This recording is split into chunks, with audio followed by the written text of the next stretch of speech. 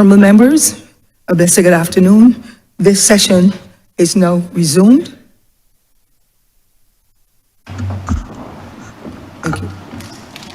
Madam Deputy Speaker, I rise not to speak, but to essentially raise an issue and move a motion in respect of our next speaker, the Honourable Member for St. James North, who has been the chairman of the Advisory Committee for Persons with Disabilities, and who, while not in a position because of the rules of the chamber, has been able to lead the debate in this place. We believe on this side that the honourable members should be permitted a longer period than is permitted by the rules of the House, which is the usual 30 minutes, to be able to not only address this chamber, but certainly to speak to a number of the areas in his capacity as the chairman of the committee in this place on this particular resolution. So I therefore beg to move the motion that section 31 be suspended for the Honourable Member for St. James North to be able to speak longer than the usual allocated 30 minutes. Thank you very much, Honourable Member. The request for the Honourable Member for St. James North to have an extended period to speak is approved because we know of the excellent work he's been doing over the years as a great advocate for those who are disabled, and therefore the Honourable Member for St. James North. The question is that this this motion be supported for the Honourable Member for St. James North to have an extended period of time. Honourable members in favour, please say aye. Those against, please say no. We think the ayes have it. Honourable Member for St. James North. I thank you, Madam Deputy Speaker. I rise, of course, in support of this resolution. This is a day that the community of people with disabilities and their caretakers have been looking forward to with tremendous expectation for a very long time. It could only be surpassed when the Rights of Persons with Disabilities Bill comes to this Parliament. What we are doing today is the culmination of 2.5 years of extensive work. It is to the credit of, as the Honourable Minister for St. Michael South said, firstly, people with disabilities themselves and their caretakers who gave significant input into what we're doing today in various town hall meetings, not only with the general public, but specifically with people with disabilities. And also not only through town hall meetings, but by written memoranda and by oral statements. It is made possible by the wider community of Barbadians. And certainly it has been made possible by the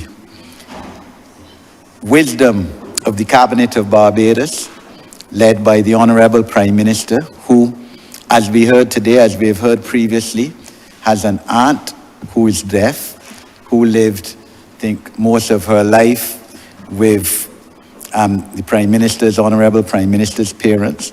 It's made possible by the significant input and caring nature of the Honourable Minister for People's Empowerment, who gave the committee, of which I was chairman, National Advisory Committee, to establish a commission on the rights of persons with disabilities, full rein to bring what we have brought. There was full confidence in the committee to deliver, and not only to deliver, but within the time frames that were given. And through the committee members, Madam Speaker, half of whom people with disabilities, and the other half of whom had close or have close relatives of persons with disabilities. So you would excuse me Madam Deputy Speaker, if I name and individually commend those who comprise the committee. The Deputy Chairman was the Most Honourable Kerry-Ann Eiffel, Freedom of Barbados. Kerry-Ann is one of the most outstanding people that one could ever hope to meet in a lifetime. And nothing to do with her blindness. Just an incredible individual. We found it fit on merit as a government to give her the highest honor that can be conferred on a Barbadian, short, of course, of national hero last year.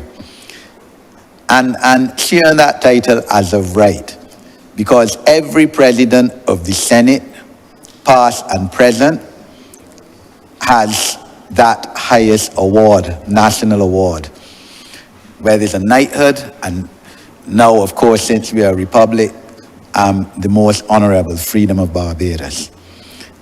And before that, Kerry-Ann was the only one who didn't have. So we remedied that situation last year when the present holder of that position as well, President of the Senate, got. Then Ms. Janelle Odell, whose name has been mentioned previously, absolutely tremendous individual.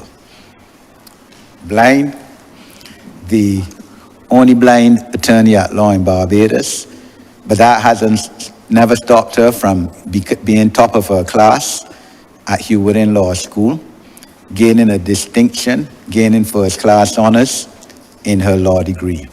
Senator Andrely Boyce.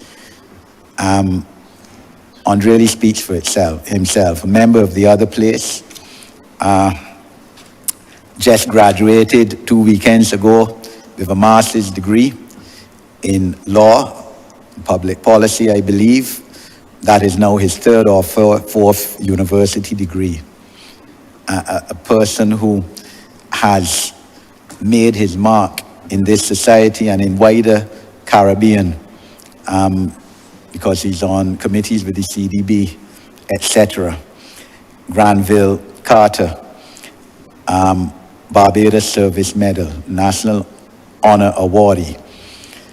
And not only because he won the blind calypso contest on 7 occasions, but again, just a tremendously intelligent individual. Reached the final, first person with disabilities to reach the final of the calypso contest this year. And then there were others who, like myself, have close relatives who have disabilities. Sonia Rollins, an educator at the Derek Smith School. Ms. Haig, who, as we all know, a top communications and public relations specialist. John Hollingsworth, who is director of the National Disabilities Unit, and Mr. Larry Smith, attorney at Law Silk, one of the finest legal minds in this country.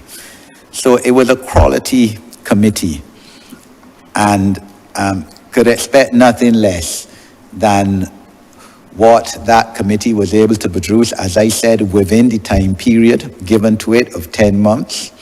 Both policy, 172-page document crafted by Professor Drain Devenish, as you heard from the Honourable Member from St. Michael's South, and a draft Rights of Persons with Disabilities Bill.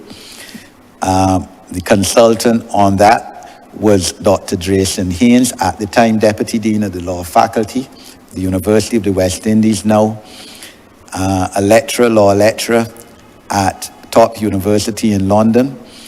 And that aspect of the committee's work was underwritten by the Law Reform Commission, who worked closely with us. That Law Reform Commission headed by esteemed jurist and former Attorney General of Barbados, former Chief Justice of Barbados, Sir David Simmons, senior counsel, of course. So that is what has brought us to this stage. And the basis of it, of course, is the Barbados Labour Party's 2022 manifesto, which spoke, as you would have heard earlier from the Honourable Minister of People's Empowerment, of empowering a commission for improving the lives of persons with disabilities to develop policy and strategies and legislation interventions to ensure better access for persons with disabilities in this country.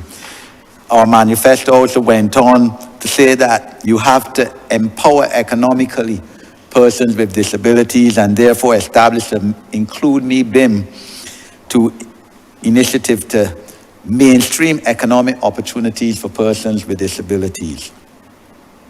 Following on that, of course, the Cabinet established the committee in June 2022, and this has been the result.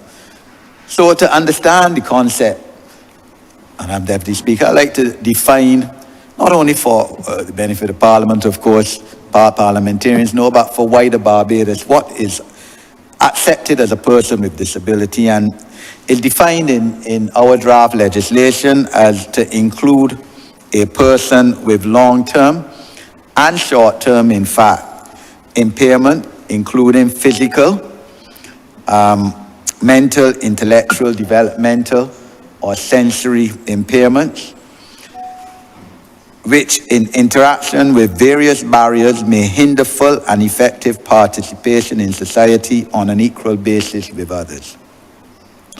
Now, this definition is kind of universally accepted as a definition for a person with disabilities, except some countries omit short-term impairment and just speak to long-term impairment. The Convention on the Rights of Persons with Disabilities, which Barbados signed in June 2007 and ratified February the 27th, 2013, speaks to only long-term impairment. But of course, that convention, which came into effect in 2008, 16 years ago, matters and concepts have evolved in that decade and a half, and generally accepted that short-term impairment should also be included. You will see from those dates, Madam Deputy Speaker, 2007 when Barbados signed on to this convention, 2013 when Barbados ratified it, that there can be no political divide, as the Honourable Leader of the Opposition conceded this morning on this issue, because both political parties of this country have signed at the United Nations agreeing to the concept and the principle that we need to do better, we need to do as best as we can to improve and maximize the potential and the talents of persons with disabilities. And that means including people with disabilities in all aspects of society, socio-economic, cultural, spiritual, to include them in participating in all aspects of life to the best of their capacity, not to deny them any rights which they're entitled to under the Constitution of Barbados or the laws of Barbados, and to treat them as equal human beings as they are, born of the flesh and made by God. This is a significant day, ma'am. I mean, the World Health Organization has estimated that 15%, in other words, what? 1 in every 7 persons globally have some form of disability. 1 billion persons. It therefore means that persons with disabilities are the single largest minority group globally, with continuously rising population numbers, because clearly the older we get, and there's no doubt that people are living longer these days than they were before, the more likely it is that you're going to get a disability, that you're going to be blind, that you're going to be mobility challenged, that you're going to be deaf, you're going to acquire some form of diabetes or dementia. So it is a concern, and of course, Barbados is not denied this concept because we have an aging population. We all know that. We've debated that issue many times in this parliament up to recently. So UNESCO reports in 2021 that 1 million people live with some form of disability in the Caribbean alone. And that comprises 10% of our Caribbean community's population. It is estimated that in Barbados, our population of persons with disabilities somewhere around 7 or 8%. In other words, 1 out of every 12 persons, 1 out of every 13 persons, roughly in Barbados, have some form of disability. The numbers in the 2010 census were about 11,500 persons. That has increased, no doubt, from in these 14 years, because, as we all know, we had chikungunya, which left some people who survived with a disability even more prevalent and of greater significance. As we all know, was COVID, which has left many people who survived with some form of disability, whether it's back pain or whatever.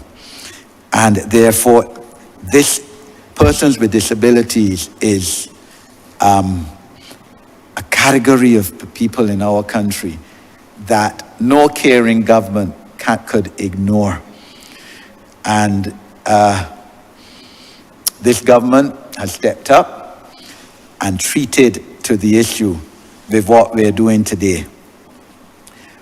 What extends the issue even more, Madam Deputy Speaker, is the fact that all statistics show, whether it's the Caribbean Development Bank, United Nations statistics, our own statistics, that a substantial sector of persons with disabilities are economically vulnerable. Not only in Barbados, but in the Caribbean, and not only in the Caribbean, but throughout the world. A large percentage of the people who live below the poverty line have some form of disability. And therefore, it is fitting for any government to seek to improve the lives of those people with disabilities, our constituents, ma'am, who make up such a substantial percentage of people who need state intervention economically and financially to be able to survive in our country. It is even more serious in terms of women. And we men cannot argue or dispute the contention that women are more vulnerable in most aspects, economically and socially, in terms of abuse, sexually and otherwise, than men are. And disabilities, of course, more prevalent than women.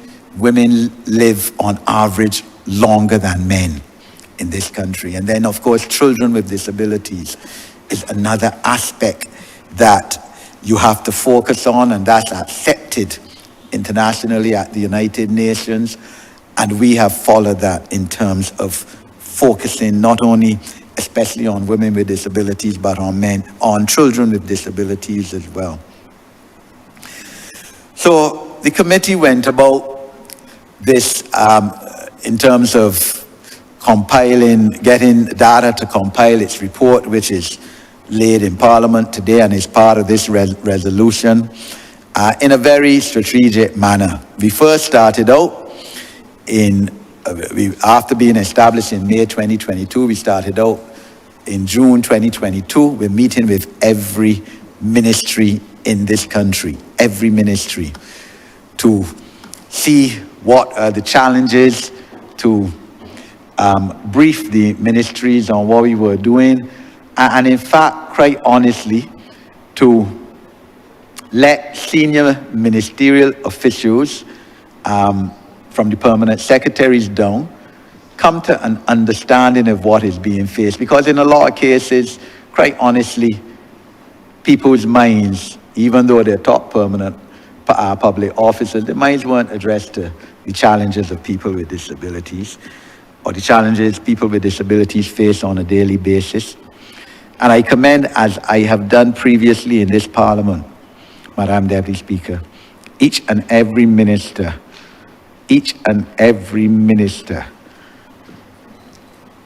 of every ministry met with us when we requested a meeting of a ministry.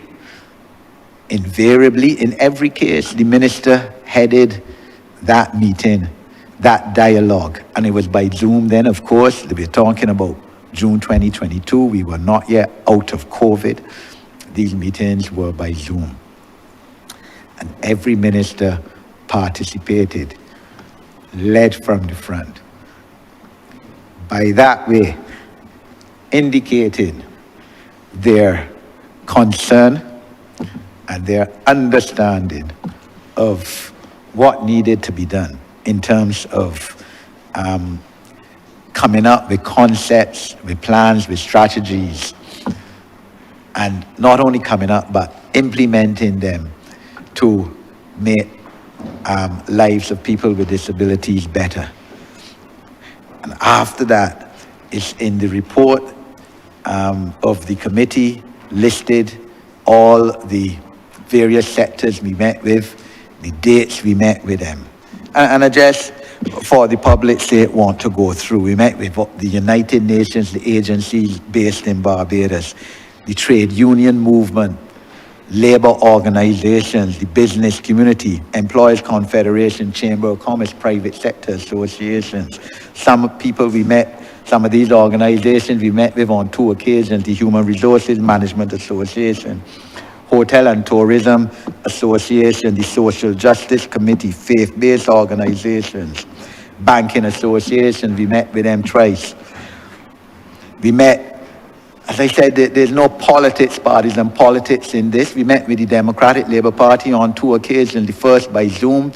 The second time, Senator Andrelli and I went into the Democratic Labour Party and met a morning with the then president and other members. Now, the issue here, of course, is that those who we met with on the first occasion by Zoom, quite a few of them have either voluntarily or otherwise by force, by being locked out a Saturday morning or a Sunday morning, I think it was in August at an annual conference, and have departed from the Democratic Labour Party. That is life.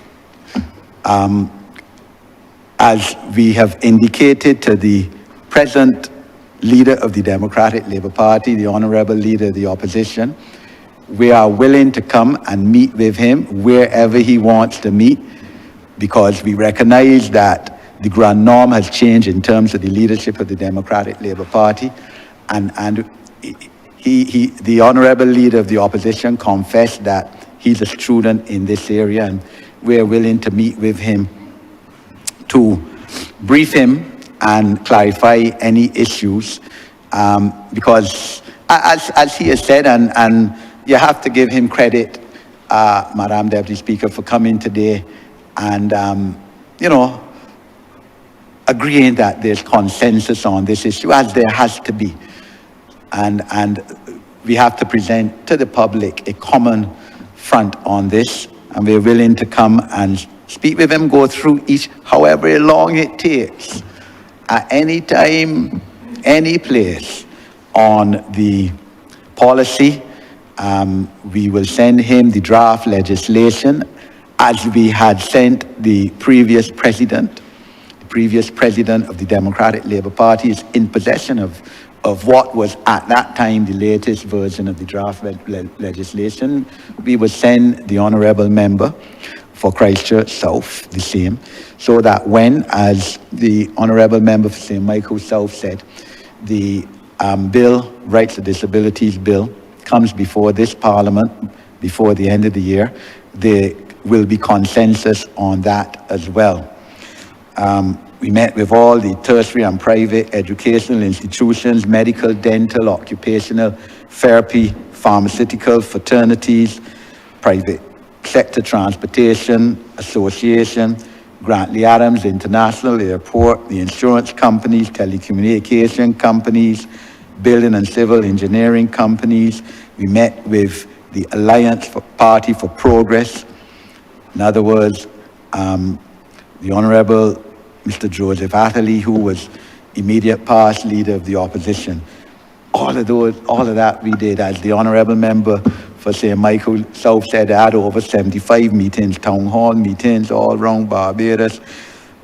Each member of the committee went on call-in programs, all types of media on this issue.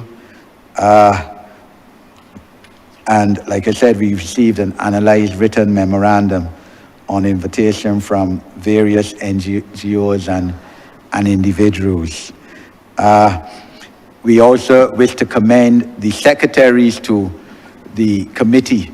We had two secretaries, Ms. Laura Burnett and Ms. Zima Montara, who did invaluable work with us in trying to get the report, in getting the report compiled, and in, providing secretarial services at each of these meetings.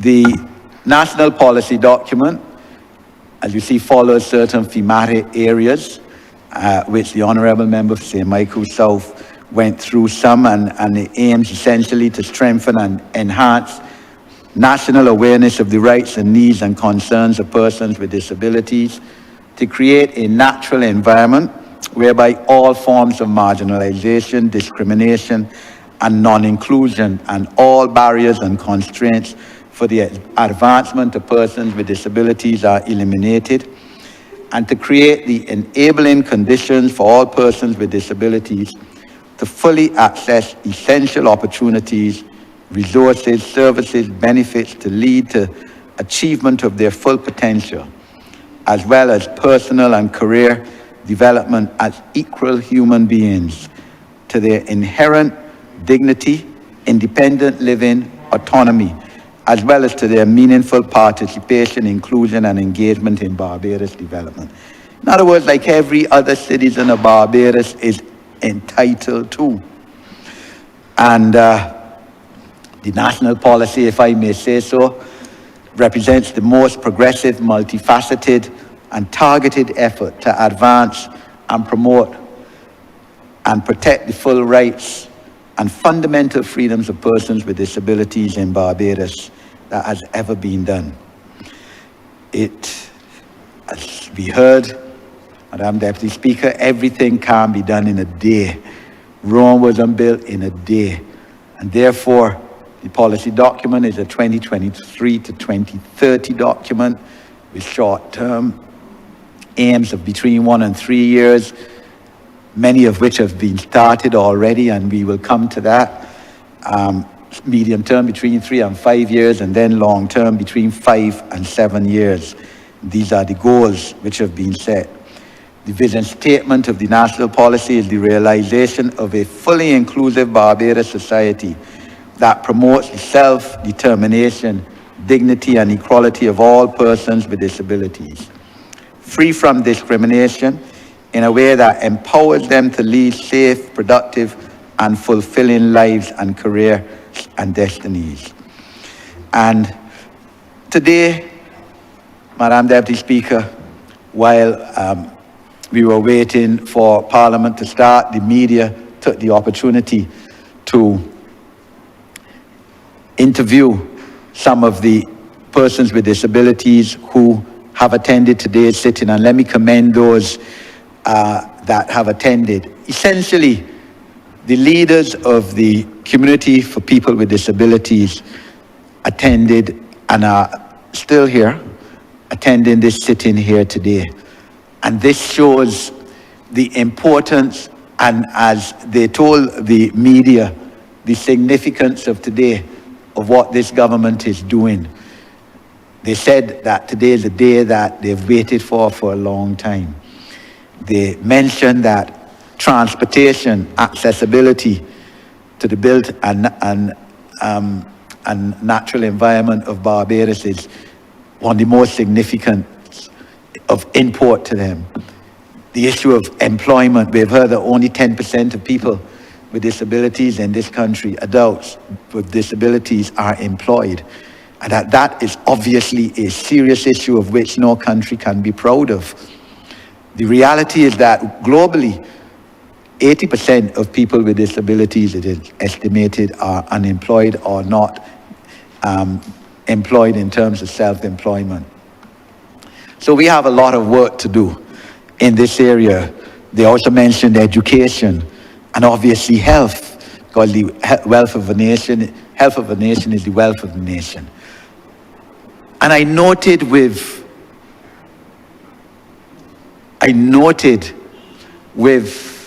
commendation, Madam Deputy Speaker, that in his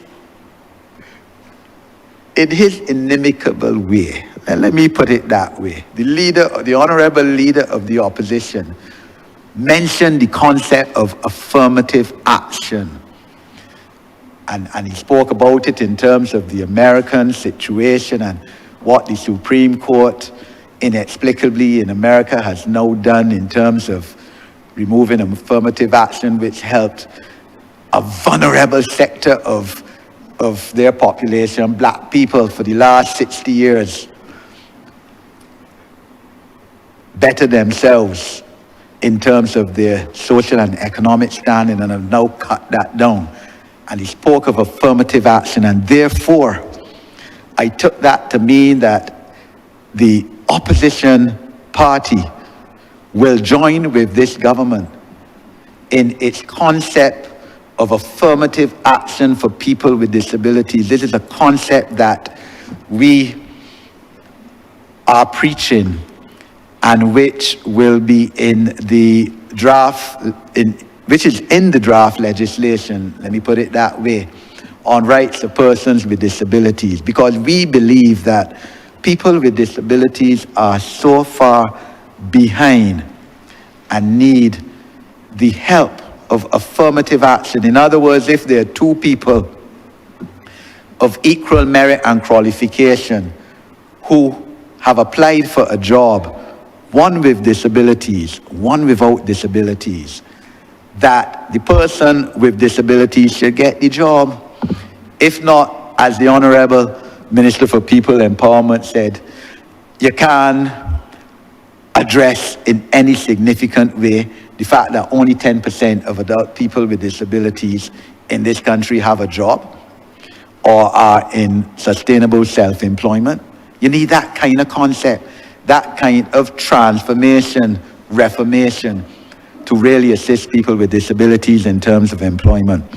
And I took tremendous note of what the Leader of the Opposition said, essentially agreeing to that concept, which this government is of similar mind and ilk. But before we can reach people with disabilities being employed, we have to go to education. And part of course, the educational transformation that the Ministry of Education is proceeding to right now is how to uplift people with disabilities in terms of education.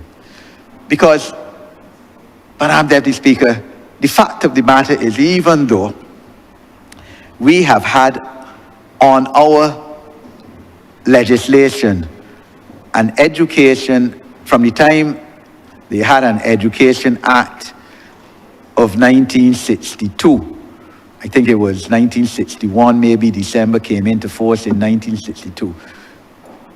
Quote unquote free education at source, paid for by the taxpayers of this country. And even going back before that, in the 1950s, we had 4 secondary schools where education was free. And of course, the grammar schools, the old grammar schools, once you did well, they were free too.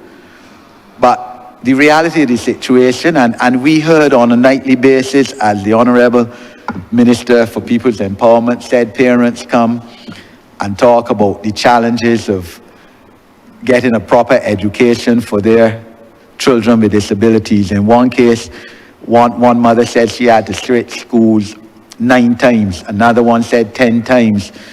and before the child reached 16 in trying to find a proper school for her child. And they got to pay. So we have a situation where people who are, in many cases, vulnerable financially already, and then they have a child with a disability, and then they got to pay for that child to go to school at a private institution, which can cater to their special needs.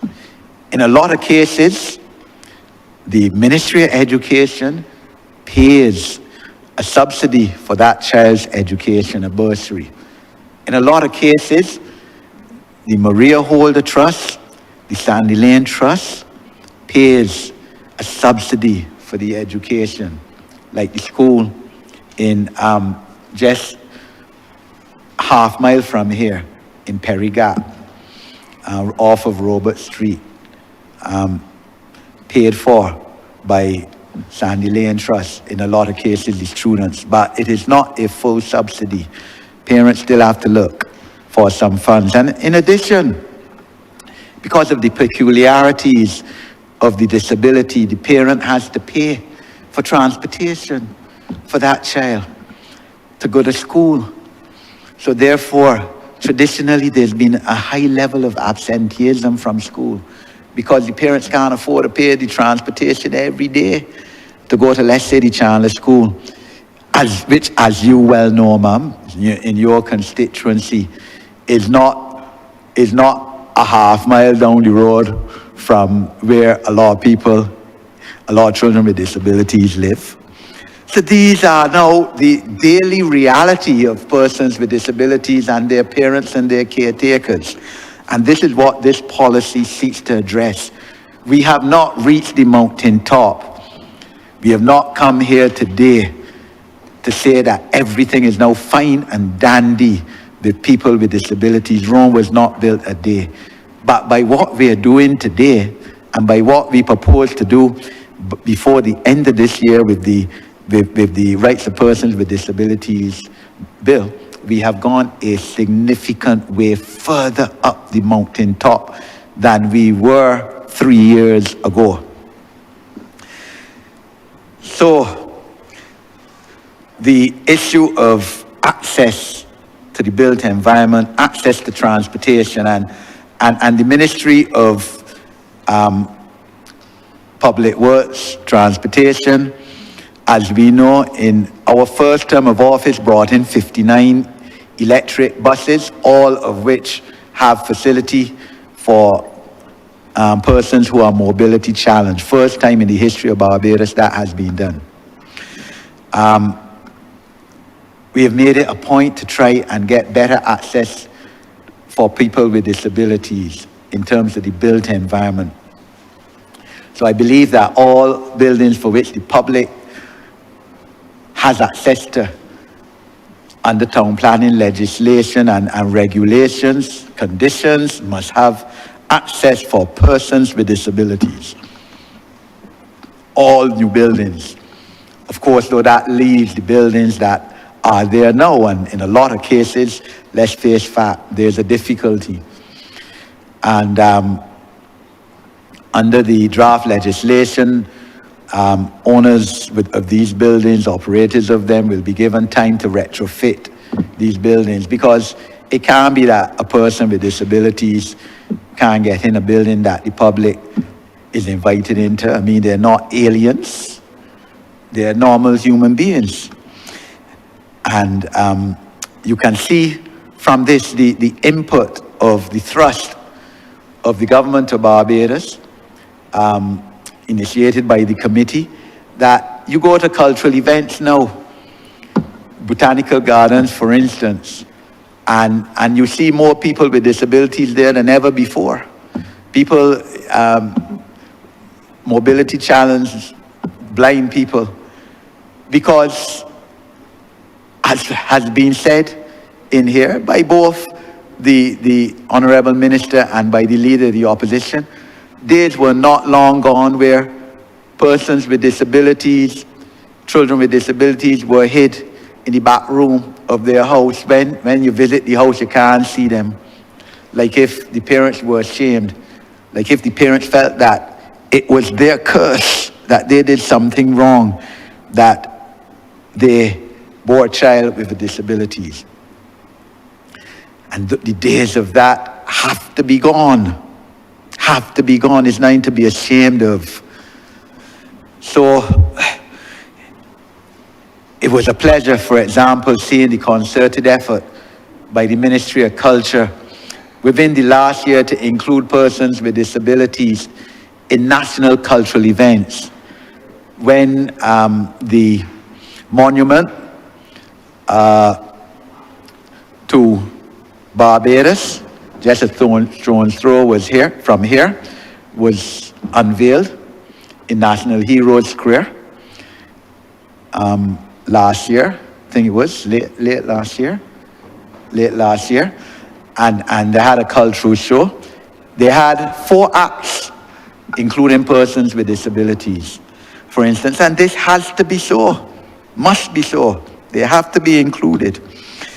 The policy also speaks towards adequate standard of living and social protection for persons with disabilities, and the initiative by the Honourable Prime Minister in her capacity as Minister of Finance in her budget presentation of her budget and financial statements in March this year, to bring into effect a reformed social security system for persons with disabilities, as was mentioned by the Honourable Minister earlier today, whereby now the categories of persons with disabilities who, as of right, will get a non-contributory pension has been tremendously widened from the beginning of this month. And that has been something that we in the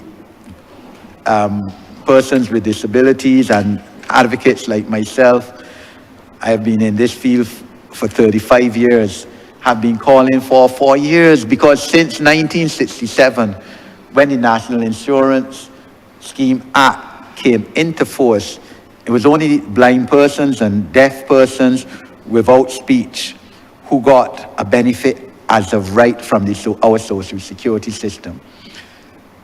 So if you were, for example, you became deaf when you were a teenager because you fell down out of a tree, let's say, and you became deaf. So in other words, you could speak because for 15 years almost you were speaking. You couldn't get a benefit. You had to be deaf without speech. So that has been widened now. And not only them, but children with all these disabilities too, now getting. It is a start. Of course, as the Honourable Member for St. Michael South said, there are categories that don't fall into the categories that of persons who now will get security or who are now getting social security. For example, 2 days ago or yesterday, somebody called me describing this particular disability which doesn't fall in exactitude with any of the 4 categories that have now been widened. But it's a start. And we realized that there was a lacuna in it. We only realized that this month after people started to get benefits that, and if we had thought about it, then that certainly the intention must be to also include those children of the blind, those children who are blind and who, when I say children, minors, sorry, who are blind and who are deaf without speech, within the categories of persons who will get the 50% benefit of non-contributory pension as of right. And the Honourable Member for Christchurch East Central intends to speak in this debate, and he will speak further on that issue when he speaks. Awareness building is certainly a factor in the issue. As has been said, we have to make people of Barbados more sensitive and aware of the plight of persons with disabilities.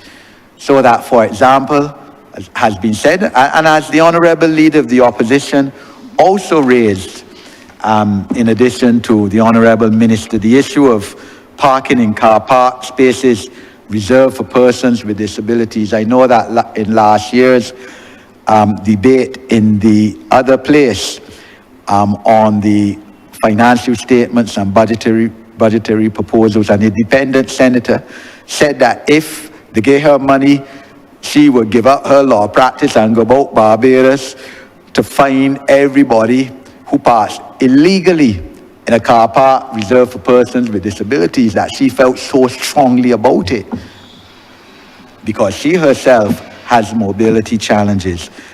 And the Honourable Deputy Prime Minister has before her, and I think it has been referred to finance for comments before it is brought as an amendment to the legislation. And this is to increase that fine, because it's only $500 now.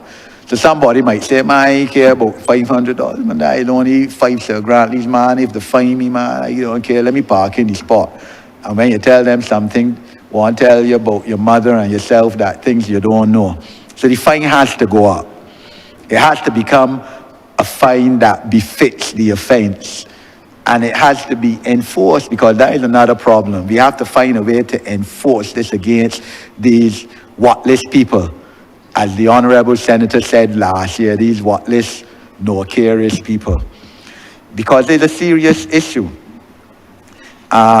We have, as I said, education and training, lifelong learning, and the Ministry of Education within its education transformation, and as it pertains to special needs and children with disabilities, is speaking about having particular educational individual development plans for each child going to school, so that the training and education given to them can be tailored towards their special needs and their disability.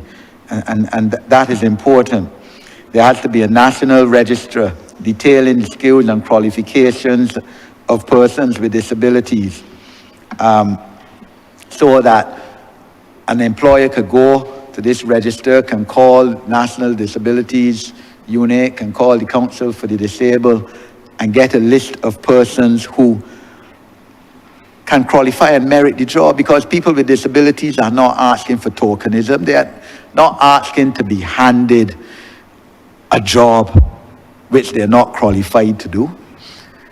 What they're asking for is to be given an opportunity, because there are many people with disabilities who have graduated from the University of the West Indies, from BCC, many who have technical and vocational skills. And as God is a witness, those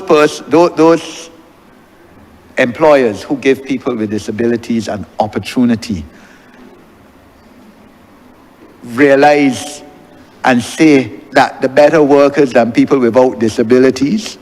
When we met with private sector, there were employers who said, man, you know, I was a bit reluctant at first to give this person with a disability this job, but believe you me, well, after a few months, I thank my God I gave them a job, that they were more productive than his other employers, because they're not on a cell phone, surfing the net all day. They're not on Facebook or Instagram or WhatsApp. They're grateful that they have been given an opportunity to do the job, and want to prove themselves, and they're doing the work. That is the reality. So we're calling on employers again, as we have done on many occasions, to give people with disabilities an opportunity for work. And if you have to retrofit your place, as is in the draft bill, you know, we will see how it can be done. In a lot of cases, it can be done without much expense. And again, the Leader of the Opposition, Honourable Leader, spoke to that in consensus with us here today, that you can't put money towards everything. Everything can't be looked at in dollars and cents. It's the progress of a nation, to the psyche of a nation, the overall view of a nation, because as Mahatma Gandhi said, a nation has to be judged by how it treats its most vulnerable people. Therefore, We have to be judged by how we treat towards people with disabilities. And it can't, all employers can't be heard to say, well, it's too much money now to retrofit the place. We will make adjustments. COVID has taught us that you could work from home some days, so that if it's difficult for the person with disabilities to come to work 5 days a week, they could work from home three days a week, 2 days a week, and perhaps be more productive than if they came to work. So we have to find a way to make this policy work in terms of its implementation. Persons with disabilities are entitled to quality education just like everyone else. So it means that teaching aids and equipment and devices have to be made available to them for them to maximize their potential and obtain lifelong learning and training and development like everybody else. As I said, the employment is a factor, and within the draft legislation, of course, there's a quota system for government to employ persons with disabilities, and this would not be unique. It is so in many European countries. It is so in Jamaica. In fact, Jamaica had a policy since 1999, because that's when Jamaica got a disabilities policy. They got the law in 2018. It was proclaimed last year, Valentine's Day. And Jamaica had a 4% quota system for employment of persons with disabilities in government and state-run institutions. Is now 5%.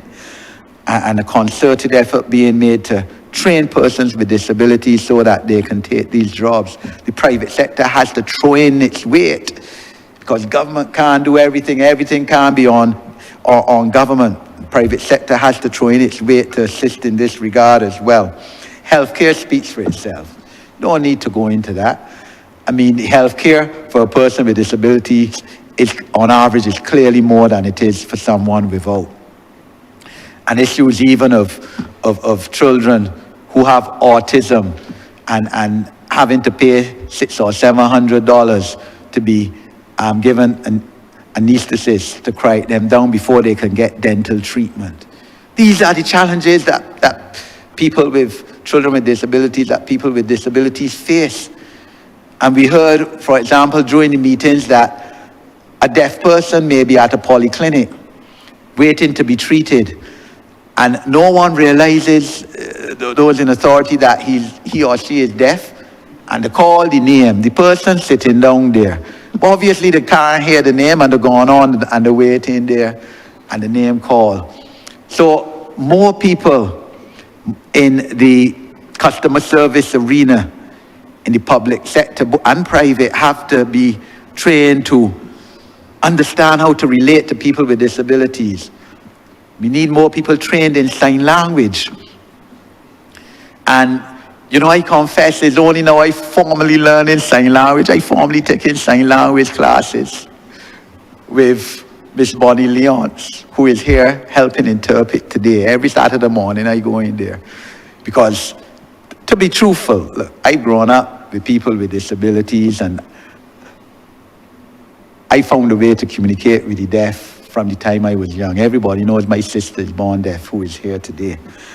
But I feel the need now to formally know it, to widen my knowledge of sign language. In fact, some countries, Guatemala, for instance, I think sign language is a second language, recognized, not a second language, recognized as an official language in Guatemala. In some countries, sign language is offered as a CXC. We have to come to this realization. The Honourable Member for St. Michael South spoke towards that he would like to see sign language one day in the near future offered as a CXC in Barbados. Access to justice, legal recognition, and this is a tremendous area as well. And we commend Professor Velma Houghton, who carried out a study on access to justice throughout the whole of CARICOM and produced a report on it. And this is another issue, because justice delayed is justice denied, and there are situations where persons, because they were blind and they couldn't sign a statement, were denied justice in terms of being able to make a complaint to the police. That is a fact. and cases thrown out, rape cases and assault cases against, but by where persons with disabilities, women were raped and assaulted, that because they couldn't express themselves properly, or there was no corroborative evidence, cases thrown out. That's the kind of reality that we are talking about, and therefore, this policy document looks at how we can improve access to justice for persons with disabilities and legal recognition. The issue of protection in disasters and emergencies is key, because again, clearly persons with disabilities, especially those who live on their own, are most vulnerable in disasters and emergencies, and we as a government have tried both when I was Home Affairs Minister and the Honourable Member for Christchurch East, now Home Affairs Minister, focusing on how you could protect people with disabilities during the hurricane season if a hurricane come in the next 3 days. And we have more facilities now, shelters, catering for persons with disabilities under those circumstances.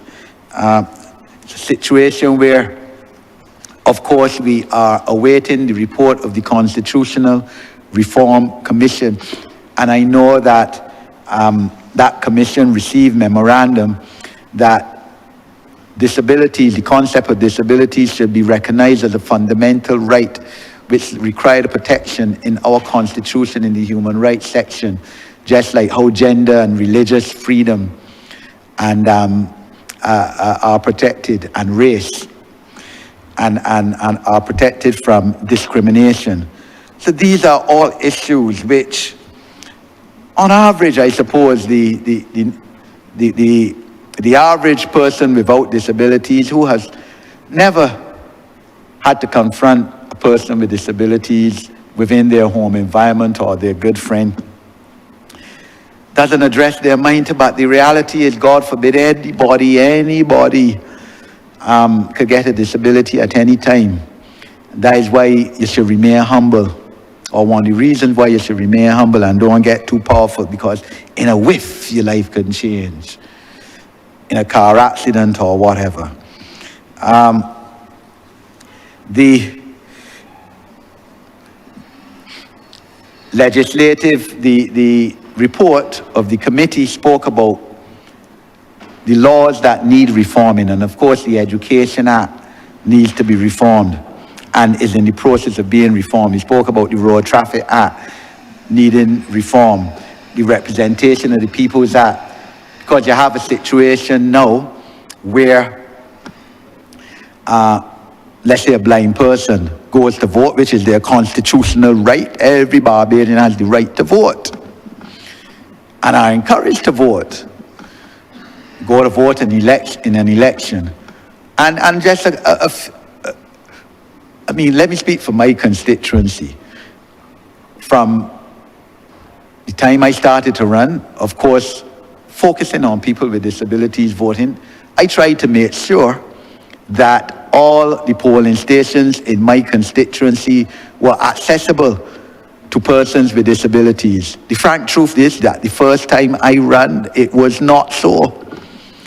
Because when, and each of the 3 elections I ran, I hired vehicle that for persons with disabilities, mobility challenge and blind. I personally took them to the polling station, went with them the first 2 times I ran. The last time I didn't, because I was otherwise assisting. And first time, had to help lift up those who were mobility challenged, had to help lift them up in the wheelchairs up some steps. Second and third time, made sure that wasn't so. The voting on ground level, don't have to go up any steps, have a special room for them, and if other people vote in there too, don't mind them. If A and B vote in there and their name Y, the voting in that room too. And got the Electoral Commission to agree, because all of this now is a fetter on your right to vote, and we can't have that. We can't breach the Constitution that way. Blind persons, in some cases, we know in the past, the election officer there at the polling station used to say, well, I can cast the X for you. Well, how that could be right? Because the blind person don't know how that person voting, can't see. So it's things like that that we have to reform. The Mental Health Act, and the Honourable Leader of the Opposition spoke about mental health, mental incapacity. Mental Health Act, Chapter 45 has to be reformed, and I know that the Law Reform Commission is looking at that. The issue of how you go about getting receivership through the courts, an expensive exercise where an individual now has dementia. And of course, as I said, recently in Parliament, we're looking at enjoying power of attorneys, where you have a power of attorney, you then get dementia, the power of attorney still continues to be operative. Unlike now, where as you get dementia, of course, the power of attorney you have is no longer applicable. Community Legal Services Act, we have proposed that you widen the mandate of the Community Legal Services Department so that persons with disabilities will be able to access community legal services in situations where right now they can't. And so we also spoke about the difficulties with the insurance companies, because a lot of people with disabilities speak that they have difficulty acquiring insurance. A deaf person came before us at a town hall meeting and said she has a driver's license for 14 years and can't get insurance up to now. Driving properly, never met in an accident, still can't get insurance. So we have scheduled another meeting with the insurance companies soon, because we all have to be on board on this. It can't be for the insurance companies to be making a whole set of money and you're depriving some people of insurance. But the insurance companies say all is well and good. But the fact of the matter is, too many people with disabilities say, even if they get an insurance, that they're going to pay such a high premium for it over and above what someone without disabilities pays. That makes it just too difficult to obtain. So that gap has to be closed. The banking and financial institutions, we met with them more than once too, because again, too many complaints that you can't access the ATMs if you're mobility challenged, and therefore you got to go in the bank to do your financial transactions, and when you do that, you pay an over-the-counter fee. Or because you're blind, somebody in the bank tells you got to bring a relative, and you as an individual entitled to independent living, you may not want your mother or your son or your aunt to know your financial business, because you got a right to privacy of your financial business, but to tell you bring a relative because you blind. And you more intelligent than the person who telling you that. So these are everyday issues that are confronted by people with disabilities in this country that we have to work towards. As I said, it's not going to be changed overnight. It might take 7 years. A couple of things may not be achieved in my lifetime, but believe you me, I feel proud to be part of a government that is today doing what it is doing. In March 2015, during the month for the disabled, I brought a resolution as an opposition member of Parliament to this Parliament, calling for Parliament to have this debate and to agree in principle to, within 6 months, try and at least start the process of bringing legislation, disabilities legislation, to this Parliament, and the resolution was ignored for the balance of that term. In other words, for another 3 years till Parliament dissolved itself, because the then Prime Minister didn't call an election. and Parliament dissolved itself and he had to call an election. So this is where we're at. As I said, there's no political divide on it, but it can't be denied whatsoever that this government, within the last 3 years, has done more by far than any previous administration, BLP or DLP, for people with disabilities. I just want to quickly go through some areas of practical initiatives by this government in the almost 6.5 years it has been in office. We created a recreational and rehabilitative facility for persons with disabilities at the National Disabilities Unit. Cabinet approved that the Ministry of Housing is effecting a policy whereby 10% of state housing or state assisted housing in the future is allocated to persons with disabilities, and the Honourable Member for St. James South, when he speaks, I'm sure will address that even further. Persons with disabilities are recipients of state trust loans for entrepreneurial ventures, and when the Honourable Member for St. George South again was Minister for Business and Entrepreneurship, he would tell you that the first person to receive such a trust loan was a person with disabilities.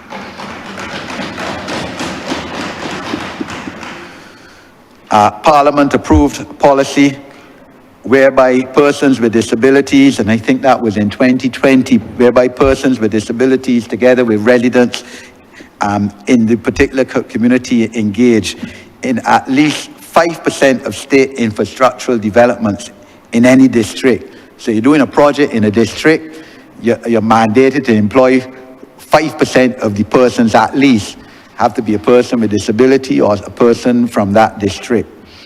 The parking spaces in Bridgetown, 4 or 5 parking bays in Bridgetown that came into effect in May 2022, something that the people with disabilities, the community, went as far as getting a petition signed with about 13,000 signatures. I was one in 2015 and taking it up to the government buildings there in Bay Street and presenting it to the then Prime Minister.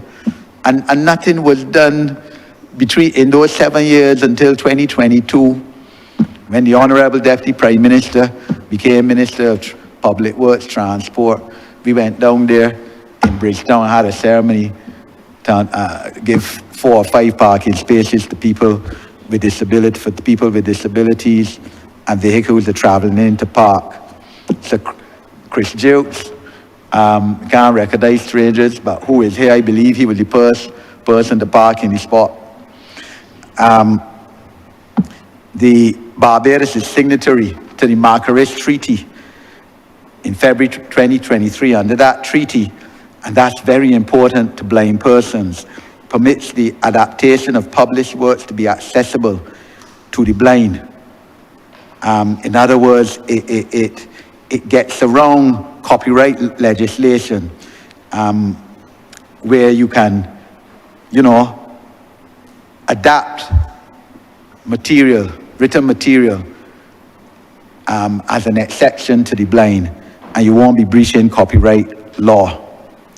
131 ramps constructed at homes, persons experiencing mobility challenges through the National Disabilities Unit, 400 wheelchairs and other assistive devices given through the National Disabilities Unit, 100 prostheses to people in need of them through the National Disabilities Unit. Every year for about, I think the last 3 years since COVID ended, Camp Reach, hosted by the National Disabilities Unit in collaboration with the Ministry of Youth Affairs and Community Empowerment. 70 children with special needs going to these summer camps. Greater transportation for 75 persons with disabilities to medical appointments. Like I said, this is a bugbear because you don't have money anyway, and otherwise you have to pay $200 in many cases for transportation to your medical appointment and back if you don't have anybody to take you. The The subventions to the organizations has increased by $1.15 million through the Ministry of People's Empowerment. 8 organizations serving people with disabilities. And in fact, the general total subventions given to organizations serving people with disabilities within the last 2 or 3 years has increased by 40% across the board. Information technology training to persons with disabilities, visually impaired persons through the National Disabilities Unit, hosting of entrepreneurial markets to give persons with disabilities the opportunity to make some money and to increase the skills in entrepreneurship, and symposiums on entrepreneurship by the Ministry of People Empowerment in conjunction with the Ministry of Business. The Ministry of Education, as I said, we have a far way to go still in education, but we've made a start because the Ministry of Education has prioritized persons with disabilities in taking courses in artificial intelligence and in digital programming and in related training. And some persons with disabilities have already received employment through that means. And the ministry has adopted a policy whereby especially teachers trained in special needs will now treat and teach children who need special needs, because you have a lot of teachers in the system who are qualified in special needs education, but not teaching children with special needs or disabilities. And I think there's now a policy to try and remedy that. The recent decision by the Minister of Education, the Honourable Minister, to reopen Alma Parish School is not without tremendous significance, ma'am. And you, especially, Madam Deputy Speaker, has to take some commendation for that, because you were advocating from the time it was closed in 2017, when we were in opposition. You were an opposition MP, you were saying, but that is madness to close that, the Alma Parish School needs to reopen. And now we have the commitment that it'll be reopening, I think, early next year. And we could go on and on in terms of the offer of national development scholarships for the last 2 years in speech therapy and in audiology, issues where there is a shortage of needs of those specialties in this country. So we only have, I think, 1 speech therapist within the government, and therefore some people with autistic disability and who are deaf have to wait, in many cases, a year or more for an appointment for speech therapy. So these are all issues where this government has made bold initiatives within the last 6.5 years to redress what is definitely an imbalance in terms against persons with disabilities. In my last 5 minutes, I would try to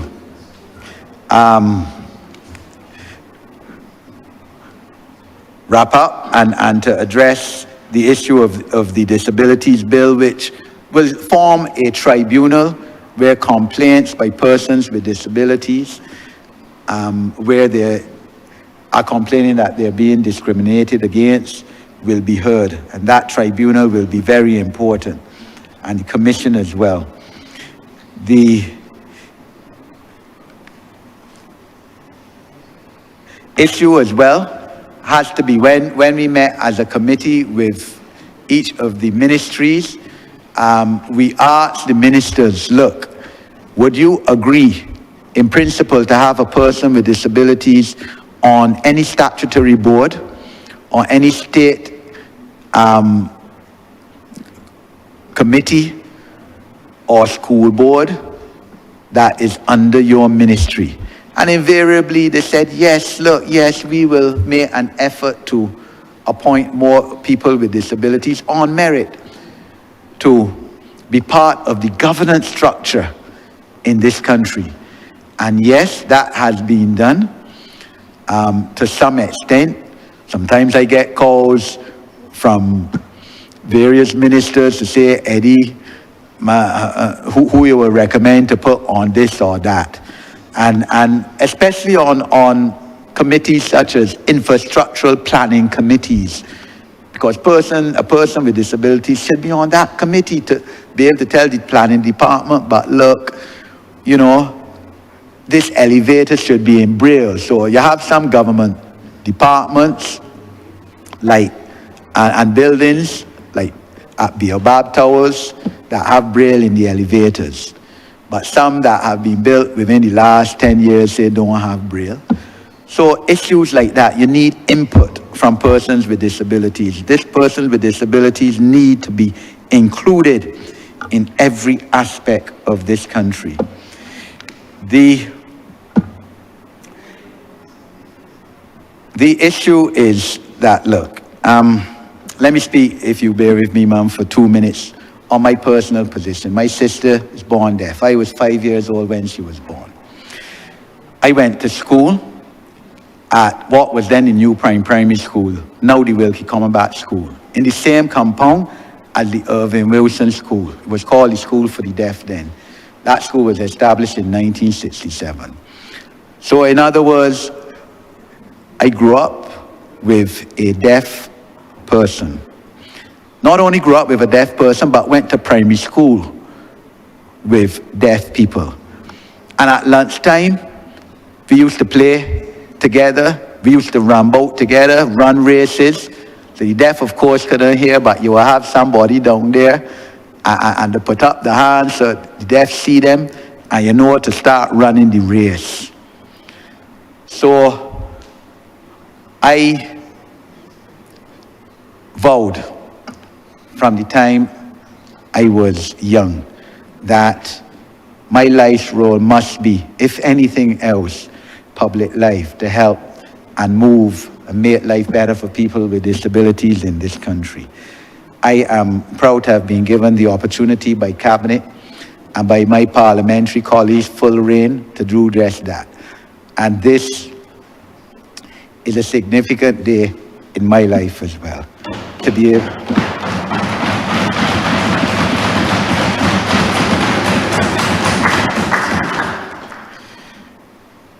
be able to see us reach here.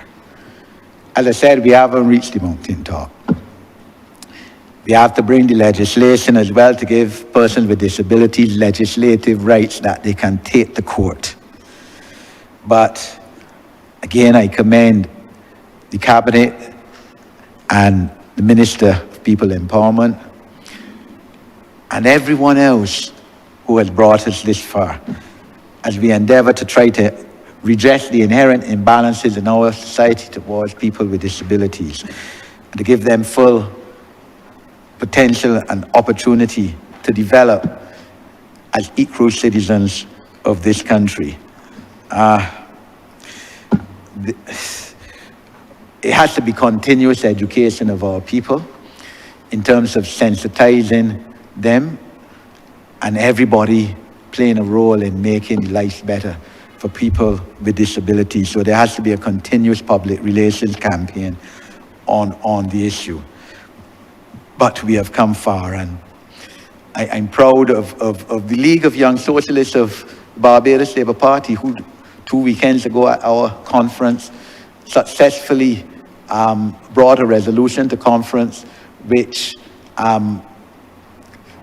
essentially mandates the party to look to see how caregivers of persons with disabilities who, because they're looking after the person with disabilities, their children or whatever, can't work, how they too could get some financial subsistence from government in terms of financial security, and that's very important.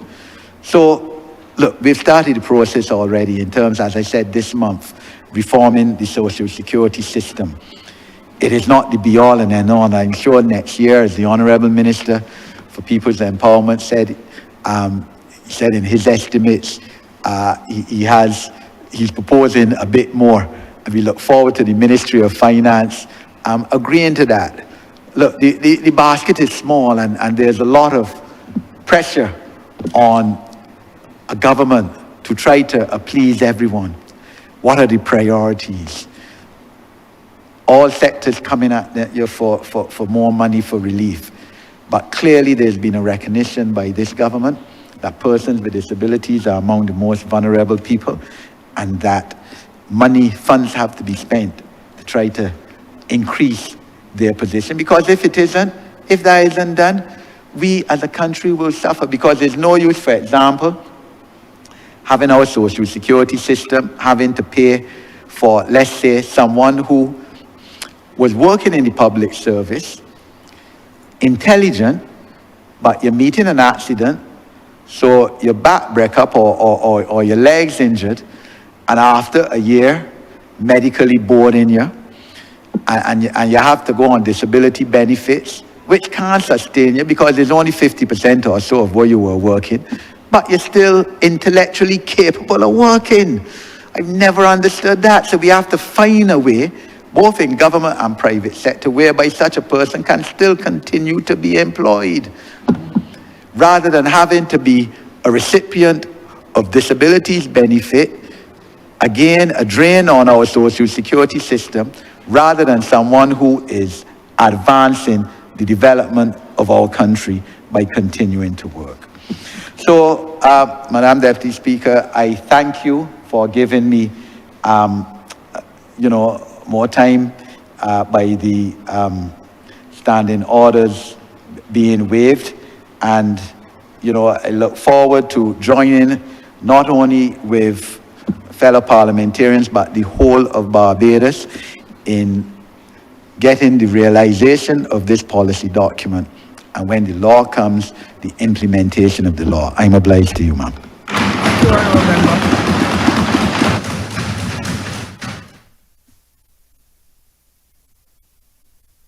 Honourable Member. Vice Church. East Central. Thank you very much, Madam Deputy Speaker. I want to second and fully support the comments by the member for St. James North, and also the presentation by my neighbor, the member for St. Michael South, who led this debate today.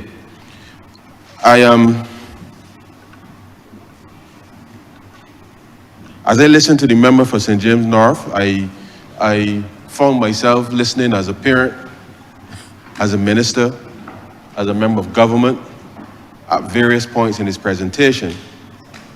And it is often important to understand the perspective that one wishes to share and the role that you will play in people's lives. This government has, from the very beginning, committed itself to protecting the most vulnerable in our society. A lot of what we have seen, certainly in the last 2 to 3 years, is as a result of the fact that we have done a significant amount of reform to bring greater discipline to the public finances, Madam Deputy Speaker. And notwithstanding the fact that we had to course correct, if you like, because of the impact of COVID-19, as well as the ash, the hurricane, and coming out of that successfully, we have maintained the discipline within the fiscal situation. The economy continues to grow. And therefore, we are indeed in a position now to focus on some of these areas that have been left wanting for too long. And the genesis of my contribution today, is really to share with the country that when we were originally looking at this area for an intervention, we first started looking at it from a tax policy perspective. But then we suddenly realized that, if we are going to indeed protect people, given all that we had seen in relation to how people relate to each other, Madam Deputy Speaker, that we needed to make sure that the individual's right was indeed protected. And therefore, we focused then on how do we put in this intervention, enshrine the benefit directly to the person with disability as opposed to the parent for whom the care is being given. And I start there because, as the member for St. James North rightly said, if we are going to be a wholesome society, an inclusive society, Madam Deputy Speaker, then we must accept there are certain rights that all of us will have and share, and therefore be able to respect that right. And to the extent that whilst we accept that there are persons with disabilities who will not know that that right exists, consciously, as a society, it is our responsibility to ensure that those rights are protected and upheld. And I can say that as a parent, it is something that we often think about, because as you would appreciate, the vulnerability exists, Madam Deputy Speaker, such that if something happens to a parent, the first concern is what will happen to the care of their children.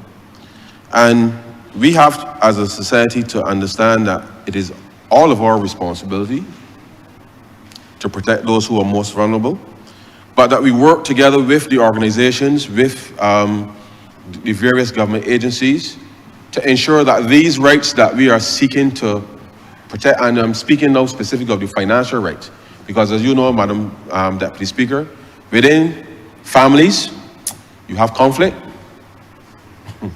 and that conflict sometimes plays out in such a way that what you may refer to as typically developing children and just regular families end up in some level of dysfunction.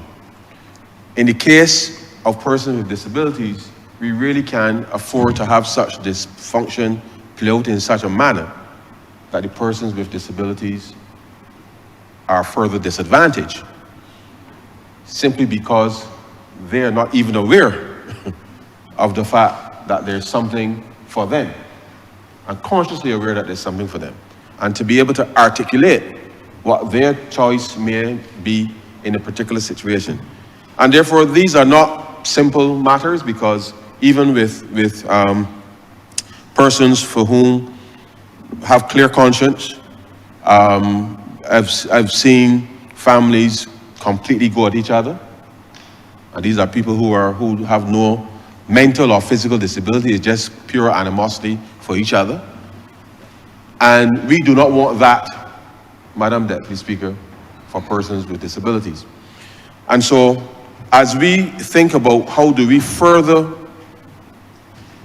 enhance the protections around the conferring of these benefits by the state to persons with disabilities, I want to say to you and to the country, through you, Madam Deputy Speaker, that as we are now seeing, even in the context of people applying to get the benefit on behalf of the person with disabilities, that the Honourable Member have been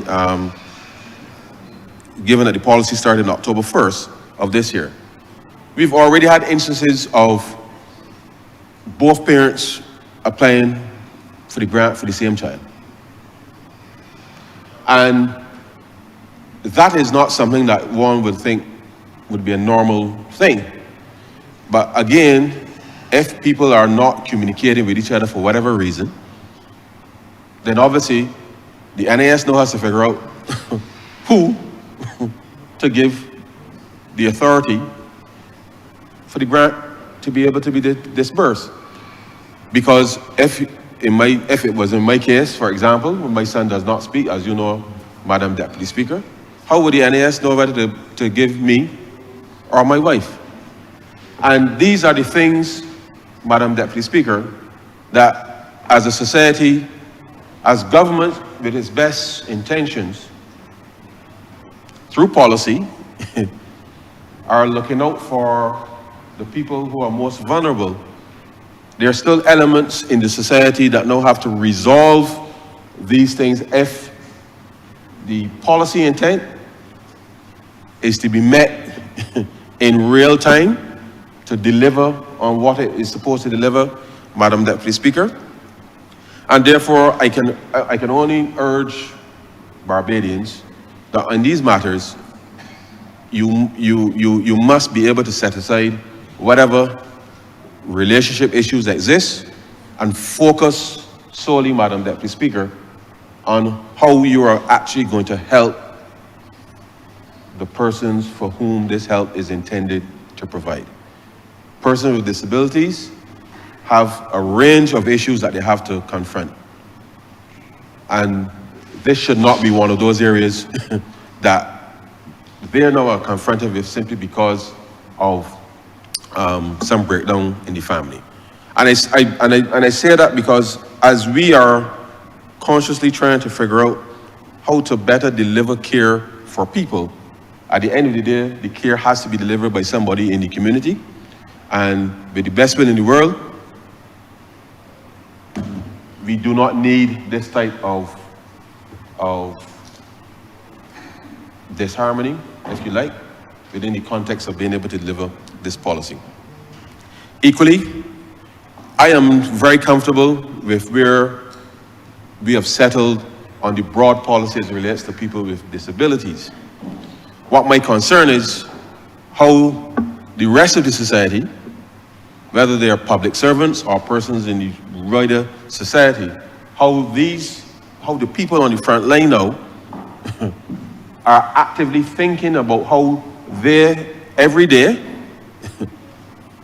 will look at how they are executing, whether it's government's policy or the private sector or wherever, how they are actively going to help improve on how we can actually improve the lives of people with disabilities.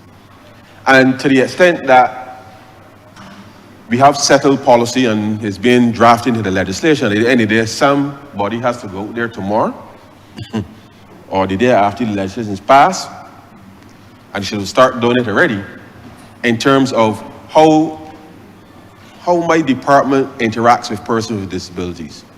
What can I do to change what we are doing? Because with the best will in the world, we can give the money. But if people are not vested, Madam Deputy Speaker, vested in trying to solve these problems in the areas for which they have the expertise, and to actually care about whether or not this thing happens, and to make it happen, then we will pass this resolution, we will pass the legislation, but then it is only if somebody calls and says, well, Minister, this ain't happened, that somebody has to call somebody now to make things happen.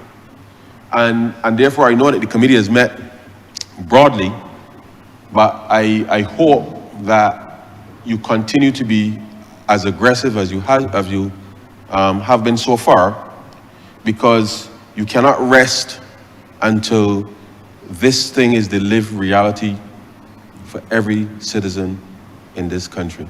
And you have my full support in relation to that. As it relates to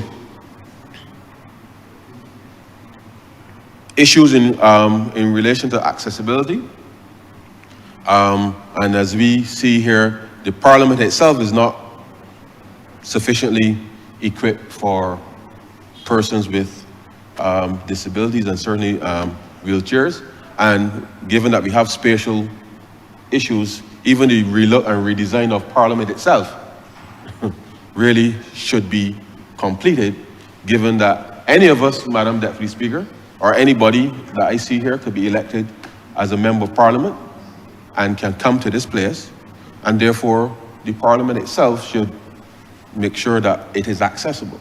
And we give our commitment to be able to remedy that, because it should just be normal for these things to be the case. A few weeks ago, we met with the National Disabilities Unit and the ministry, more broadly speaking, to look at how we were going to be implementing this new set of benefits.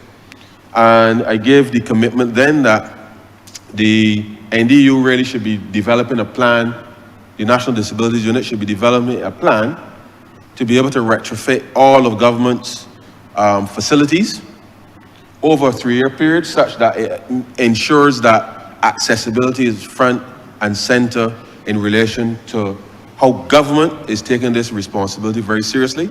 And therefore, I expect that when they present estimates in January, that there should be a plan that says these are the buildings that we're going to tackle first, and then work to ensure that those things are done, simply because if we are going to make this thing, so we're not waiting until legislation, as I hope the country would recognize we have not. We have been doing things along the way to make sure that we are not waiting for the perfect piece of legislation to then start doing things.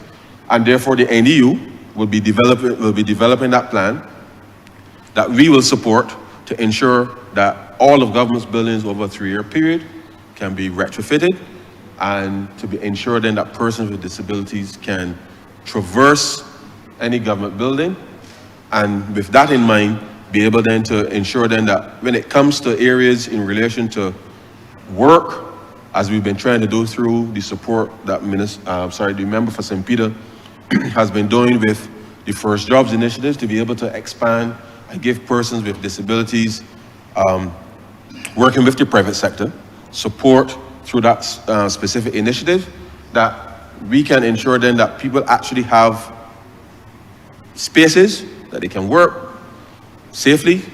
And the truth be told, Madam Deputy Speaker, as you know, all it really takes is for someone to trip badly and you become physically disabled. And therefore, accessibility, really and truly, Madam Deputy Speaker, in the way that we design stuff, really should just be designed with these things in mind, rather than thinking that it is only for persons with physical disabilities. And I think that once we're able to get that in our heads, because there are times, sometimes, Madam Deputy Speaker, you know, walking up them steps there to come up here, don't be easy if you're tired, you got a little limp. It ain't easy. But we have to now relook how we view these things in order to make sure then that accessibility is front and center. Now,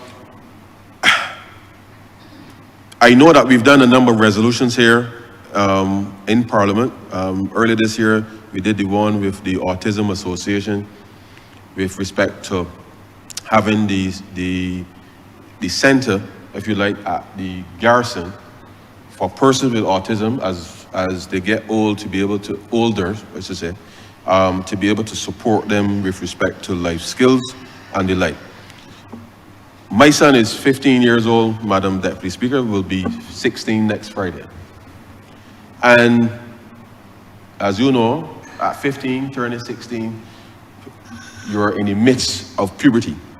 And one of the things that nobody talks about, they don't even talk about with normal, typically developing children, is what, because I can't help him, Madam Deputy Speaker, my wife can't help him, and therefore these are some of the issues that persons with disabilities certainly are concerned about. I know we've had debates in this Parliament about child protection, we've had debates on sexual offences and these matters, but the reality of it is that outside of the physical or mental disability that may exist, persons with disabilities are active citizens like everybody else.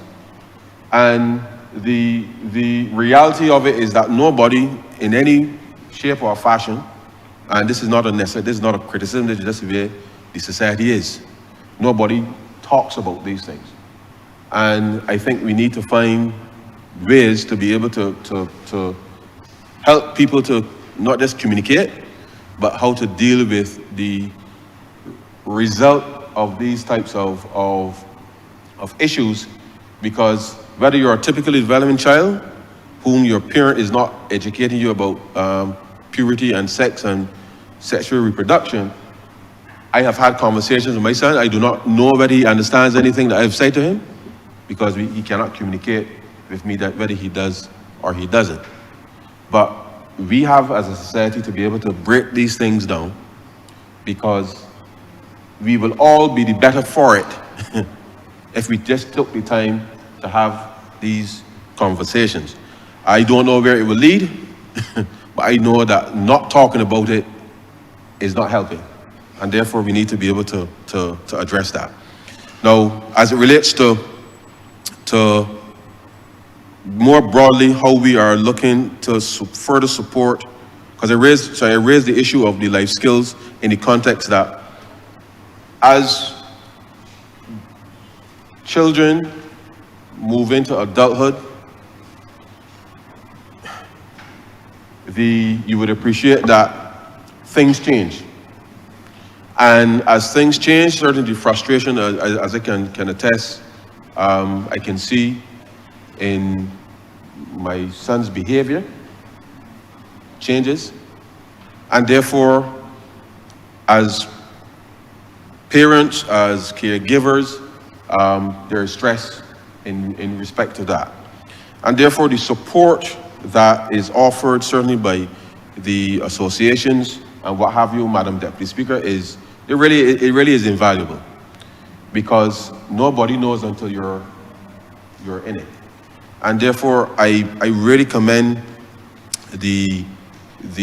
all of the organizations, to be honest, all of them, because depending on which area, people who are able to share their experiences with one another, it's important that people do not feel as if they're alone.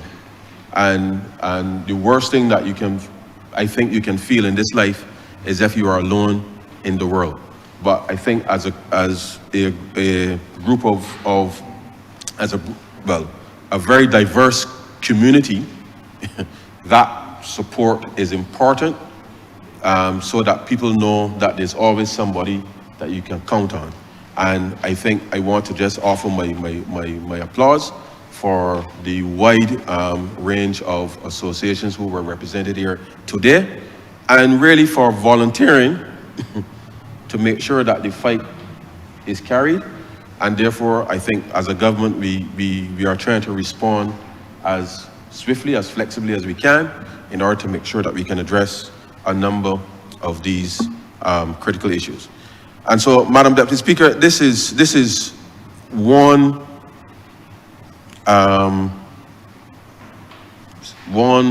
rung in the ladder, so to speak, in relation to how we can better deliver for persons with disabilities.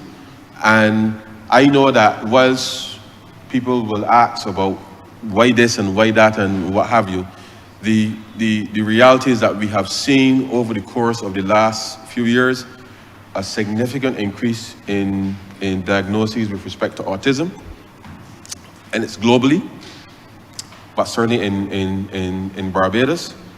We have tried to make sure that we can anchor the support in the areas that we see in the greatest demand, and we will continue to review and reflect based on how we see not just the circumstances, but the need to be able to intervene. We shall do so.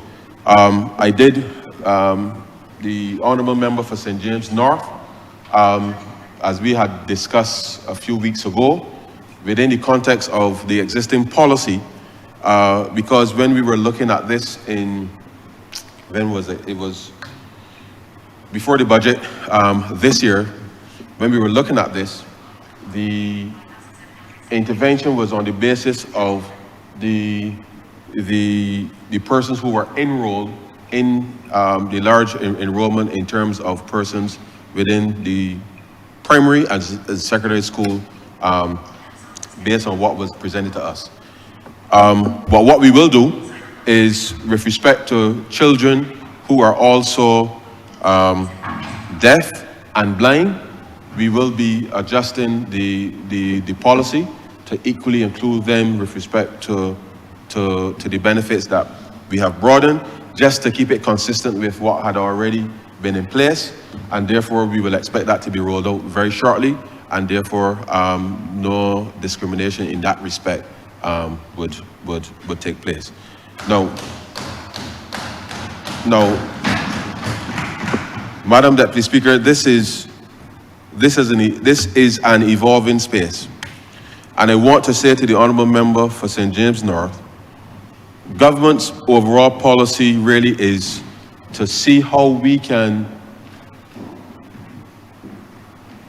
get every citizen, including those persons with disabilities, to fulfill their potential and to be in a position to be financially independent of government.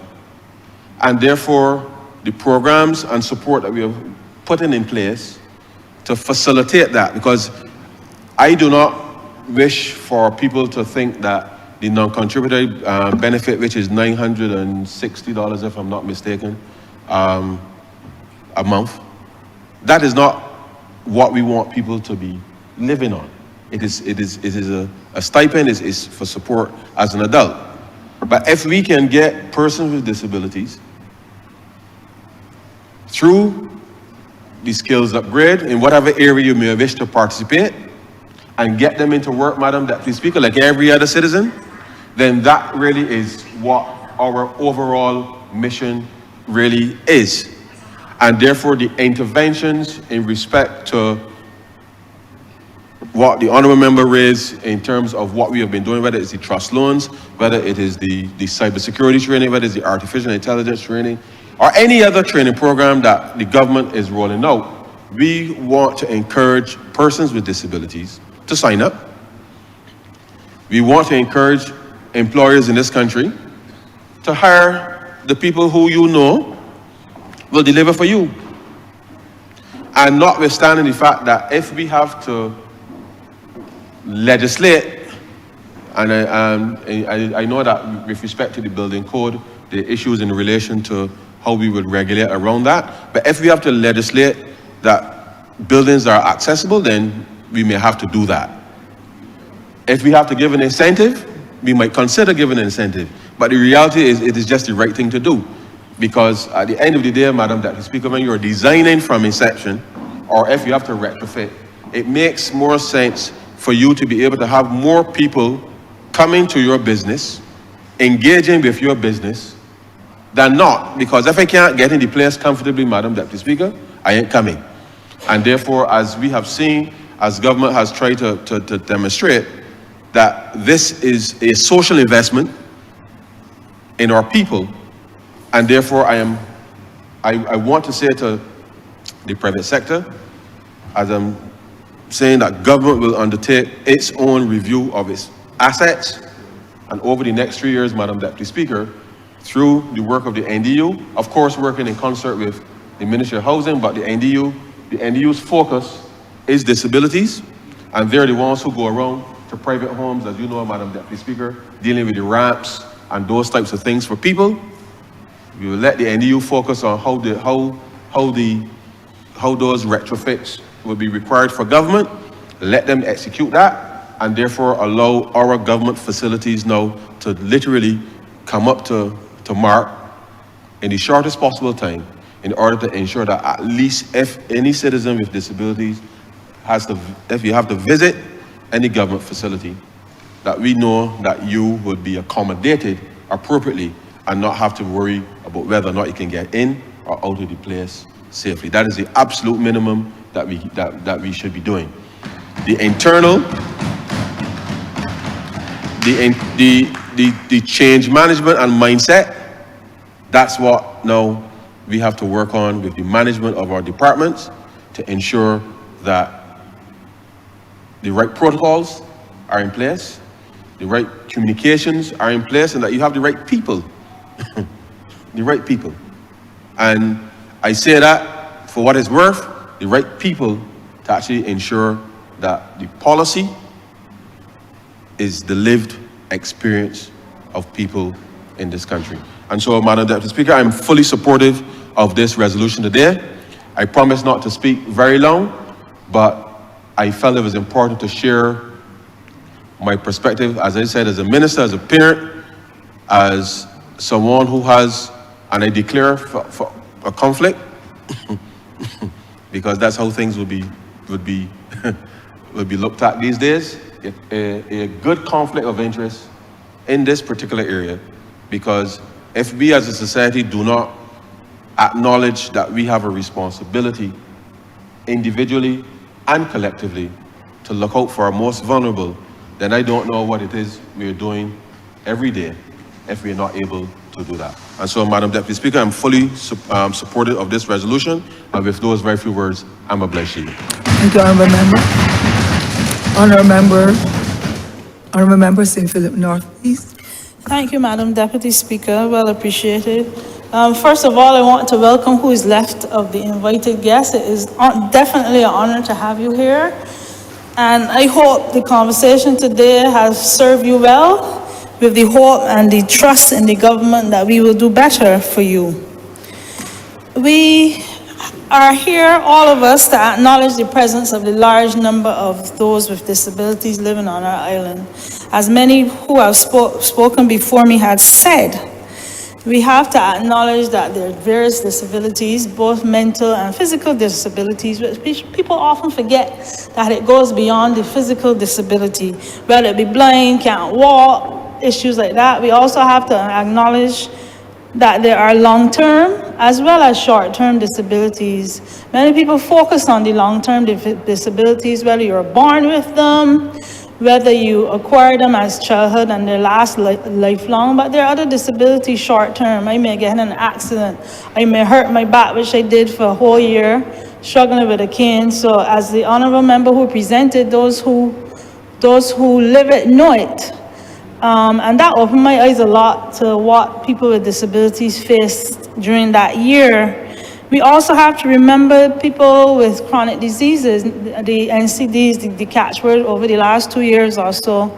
Many of these people have both chronic as well as short-term disabilities. Some may have strokes, some may have chronic kidney disease requiring dialysis, which means they really can't work, most of them, because ideally it's a 3-day-a-week, almost the whole day that you're out from work.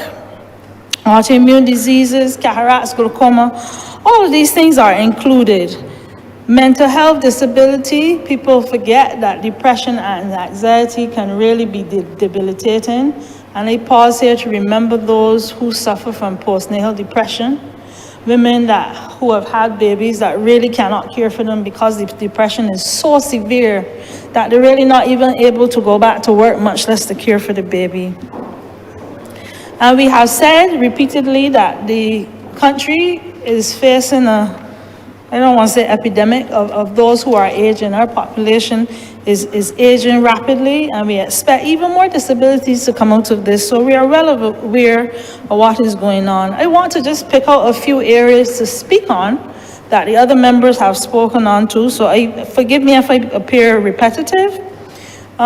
Transportation issues, and I'm happy with what the honourable member for St. Michael's South had alluded to, it happened, increasing in the buses and so on for the disabled. I have had issues myself. I am not even sure if they're solved. If they're solved, it's because the children aged out. Where a member of my community was asked to walk something like 500 meters or a little more to the main road to be able to catch the disability bus. And all I tried, I could not get it changed. I had another member he was kicked off, for want of a better word, of the bus because there was no more room. And me and the Ministry of Health almost had it out. And it was resolved long after that. So these are the issues that I pray the increase in the buses and so on for transportation for the disabled are addressed post haste. The other thing, I agreed with the honourable member as well, who presented that the privately owned public service vehicles need to get on board, even if it is mandatory at some point, get on board with the transportation of the disabled. One of my other pet areas, education. And it goes beyond the obvious things like outfitting the schools where appropriate, ramps, access to bathroom facilities, proper access. It goes beyond that. We include as well the education of teachers, existing teachers and auxiliary staff, educating and informing on what the issues are with the disabled. And I include here children that are autistic, suffer from ADHD, attention deficit hyperactivity disorder, just to have the current staff educated in terms of how to treat these children. And of course, encourage new teachers or members to the teaching profession to facilitate as well their training in the differently abled, special needs children. Because if I dare say, I would love to see something like this in every primary school on the island. It's a hard task, but the truth is it's needed. There are not enough special needs classes in our primary school. I recently had a student that we had a little bit of a tough time getting him into one of the special needs schools. The teachers at the present school really could not accommodate because they did not know how to treat how to treat to that disability. I just want to mention the Albert C. Graham Center that is under the Ministry of Health, which I always believe that the Ministry of Education needs to take a bigger part, and I think I heard something along those lines. The institution is overbooked. The waiting list is too long, too long, and there are children that really need help more urgently than that. I am aware that the Ministry of Health have asked for the increase in the staff member for speech therapy and so on, but we need either another facility or the expansion of the current facility to accommodate these children, because in many cases you have to treat to the disability early to get some measure of improvement or maintenance, I should say, and waiting 5, 6, 7 years really does not cut it. So this is one of the things I want to speak of. But the other issues we have to deal with is educating parents on the disabilities. And maybe 2 members or 3 members mentioned parents with disabilities back in the day hid away their children. I know a few. I have a few patients, Down syndrome for instance, and they're relatively high functioning. And if things were then what they are now, these people will have gainful employment. They'll be able to maybe work in shops, packing goods, even beyond that. And we missed that opportunity. Going forward, we need not miss that. We need to support parents. Oftentimes, I've seen the parents of autistic children reaching out to government, reaching out to private sector for help, whether it be finding information about the disease, having the disease diagnosed, have the disease treated, and it is extremely expensive. It's almost a disease, I would say, for the well-to-do. And the children, the families that do not have it are left behind. And we need to institute something in the public sector, something big in the public sector to aid many of these children that just do not have the wherewithal to deal with it. The testing, the diagnosis, the education, all of that is extremely expensive. Support for the parents when it comes to stress. It has been proven that those parents who have children with disabilities, autism, other disabilities, are some of the most highly stressed of all the parents that exist. That is documented fact. And with all the issues with mental health, which I admit the Ministry of Health and I think the Ministry of Sports, but under the Honourable Member, we have hotlines and everything. We're trying to educate the public on mental health issues, but I think there needs to be a space carved out for these parents that suffer from stress and depression, specifically those people who have children with disabilities. Financial support, I feel like applauding for the government that have increased the financial support in terms of non-contributory pensions to those disabled. This is extremely important. And why I say so, over the last year, I had about 3 calls, one up to last week. The parent was actually irate. And I really can't blame her because one, had to now think of, and I'll bring in maybe health here or some other department, had to think of giving up her job so that she can maintain the child. And I bring in here just to segue a little bit. Her child is now 18, and my concern is for those who have reached the threshold for education at least free education. And that, of course, includes quote-unquote babysitting. And she's pulling out her hair, or was, to figure out where to put this child that she could continue her gainful employment. And this is something that I've been advocating for when I was in the Ministry of Health, where we speak a lot about the care of the elderly and families dropping off their elderly people for the hospital to keep where they can. Sometimes circumstances dictate such that they have no other choice, I must say so. Not most, but there's also the phenomenon of young fakir. We have, these people generally have aging parents that have been looking after them for 20, 25, 30 years, well aware that they're closer to death than they were 20 years before that. And they have serious worry on what to do with their children after they have aged out of school, nowhere to put them, nobody at home to look after them. And this is where women always have that special place in my heart. Men don't, no offense to the gentlemen in here, but men don't have that, what's the word, drive, instinct. They obviously can be maternal, Instinct. but women tend to be the ones who will stay home with their children, whether they're adult children or not. Women tend to be the ones that have to find the money, and here bringing the court system.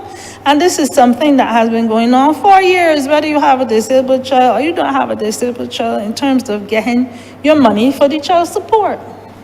And it's worse because oftentimes, the father is the one who disappears after this child is found to be disabled or differently able, or however you choose to call it. The father disappears, you put them in court, you can't get the money. And if you do get money, sometimes it's way beyond what you need for a child to live. And the mother, regardless of if she's working or not, has to find the difference. That is the issue I have with the court system sometimes. Either you're embarrassed by waiting. I know people that they were in arrears for $11,000 at one point for lack of child support, and it becomes particularly important when it comes to parents of the disabled. And I just want to put that in there.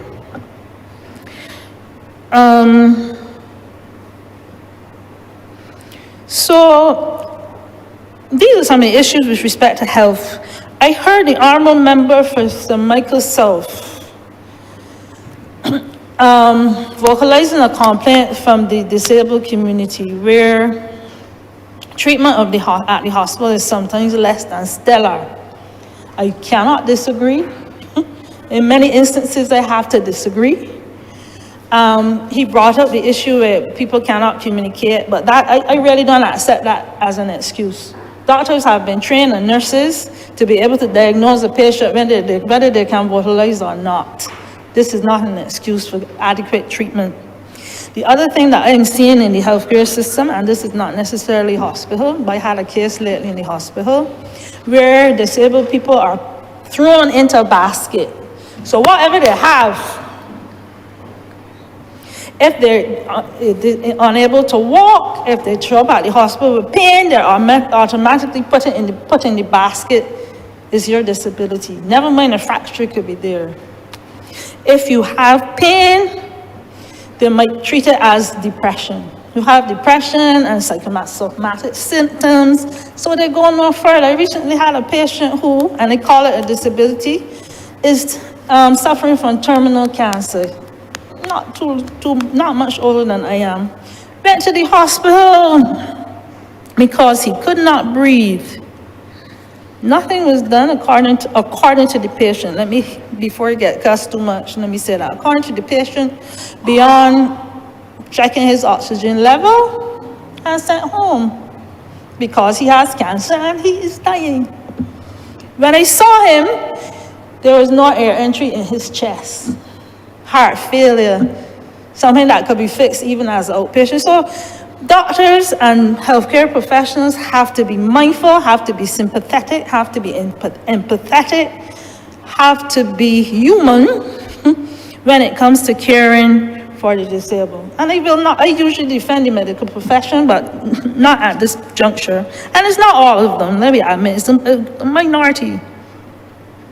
So, I'm just checking my notes. So one of the things, and I'm not sure, the honorable member for St. Michael North might allude to it later when he speaks.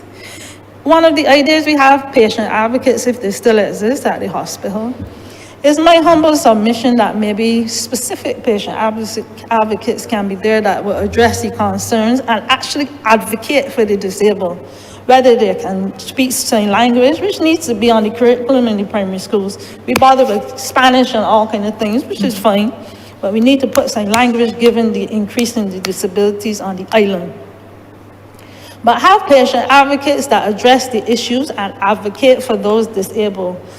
Patient advocates that actually have an ear and an understanding. And I say ear because oftentimes the patient advocates are trying to say, you're not medical, you don't know.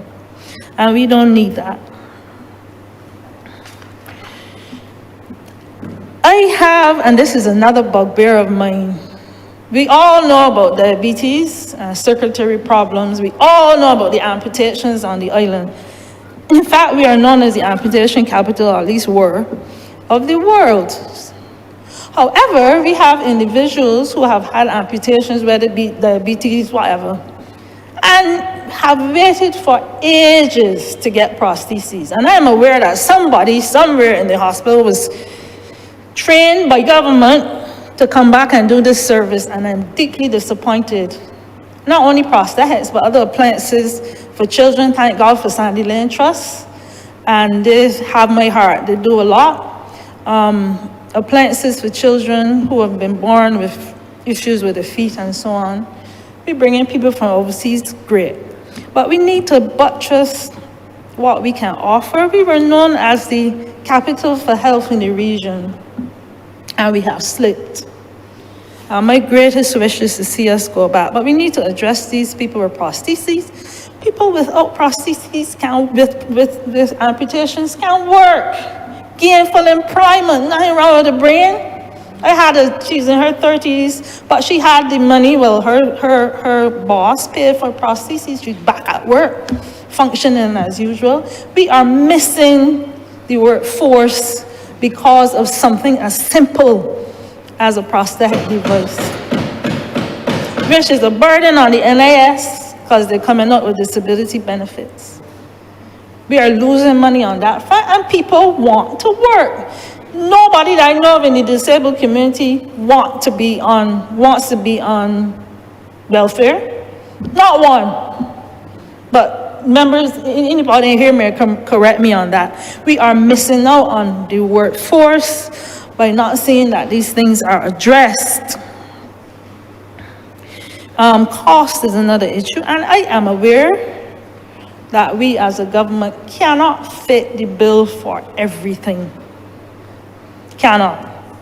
But just be mindful that the cost, and other members brought it up, the cost of sometimes the treatment, diagnosis of some of these illnesses is extremely expensive. Multiple sclerosis, medication for that can run in the thousands per month. So sometimes a patient has to accept mediocre. Drug service helps sometimes. Things like hearing aids are expensive. Cancer treatment is extremely expensive. Cataract surgeries, I just a little bit of it's not amusing, but it's quite interesting. Yesterday, a neighbor of mine came back from overseas, I'll tell you where, Guyana, and had her cataract surgeries done for $700 Barbados per eye. Barbados is seen in the private sector cataract removals anywhere between $4,000 and $5,000 per eye. I will continue to recommend that patients of mine should take a plane ticket and go overseas and across the sea, not too far, to have it done. Things like that, we need to be conscious that people need help. People cannot afford $5,000 an eye and eat at the same time. A lot of people, and I hate to say it, but unless you have money in Barbados, sometimes you, as the young, well, I don't know if this is still the young people phrase, sometimes you salt. But things like that are important. If the private sector, yes, you have to make a profit. I agree with that. If I work, I have to make a profit. But does the profit have to be hundreds of percentage points? I think not. Blindness and cataract is avoidable. In most cases, it can be corrected. That is the most reversible cause of blindness that we face. There's glaucoma. We have to, and the hospital has been doing a wonderful job in terms of educating people on glaucoma, the healthcare system on the whole. But these things, in the end, if people are not treated, that's loss of a workforce as well. Going blind from cataract is foolishness, unless there's a background of some of the illness. I'm happy with the subvention of 40% increase that the Honourable Member mentioned for those involved in in the treatment, however, those with disabilities. Happy. But this is about this is another time I will use this occasion to advocate for organizations like Cancer Support Services. They do have a subvention, but the subvention is still way too small. When we think that these people help out with cancer, and that is a disability, whether it be end of life or not, help out with beds, wheelchair, oxygen, transportation, hospital beds, hospital sheets, hospital curtains, educating the medical staff, education of the public. If some of that 40%, and it might not be you, it might not be people in permanent health, and I pushed for this before, can be allocated to organizations, non-profit organizations like these. What I know about cancer, maybe 20%, 30%, I have learned from Cancer Support Services, and they have to be included. And then for I'm going nicely, short discussions, depending on the time. Things like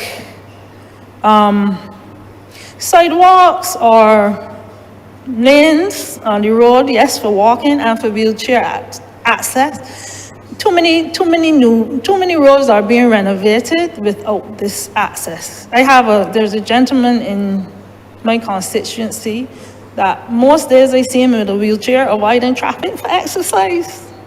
Avoiding traffic, nowhere else for him to go. That has an accident waiting to happen. I don't think his wheelchair has lights, but that's an accident waiting to happen. So something like that needs to be considered. The parking, I support it. I think there need to be further parking spaces. But I have a question, and this is generally a question. I know the long-term or lifelong disabled have the nice parking pass that you could put on your car. But I discovered when I had issues, if I park or if I took my mother, who at the time could barely walk, she really can't do much of it now. But for short-term people that have disability, I have the potential for being punished for moving up in a car space to get a little closer to the supermarket door. I am interested in what is in place, if anything at all, or what can be in place for people like that. Sometimes you have a broken leg. This is 6 weeks in a cast. Can't go too far. You don't necessarily, by the time you apply for the pass, you're better. What could be in place for something like that? Because if you leave your car, a police officer really doesn't know what's happening. And things like that, I don't think it happens overseas, but we have to bear in mind the short-term disability, the injuries, people like that in terms of parking. But I wholly support the fact that we have spaces for parking, and I wholly condemn those who park in these spots and that should know better. Housing, wonderful initiative that 10%, is it? 10% of the houses going forward will go to the disabled. But bear in mind that the disabled will include those who have aged and can't walk. So apart from the noted registered disabled, going forward in these housing units or whatever, to put things in place to accommodate those who 30 years from now would not be able to get up the steps without a ramp, need handrails, maybe things like that should be in place early, so you don't really have to go back and fix. Employment, totally agree with it in terms of more disabled people need to be in the workforce. Consider things like working from home. You don't need to deal with steps. Some employers actually so in love with seeing people in the workplaces, they're in love with it. But at the same time, I know one or two, well, one in particular, who has shut down, don't rent anymore, shut down, and everybody works from home. They may meet once a month, but everybody works from home. And oftentimes people find it to be more productive if they work from home. So we need to reach out, yeah, and I think you have, reach out to employers, but at the same time, you need to focus on the issues that the employees have, their fears. I don't want to say issues, their fears. Because I could think that an employer might be fearful of sick leave, which I don't think most times is no more than regular people.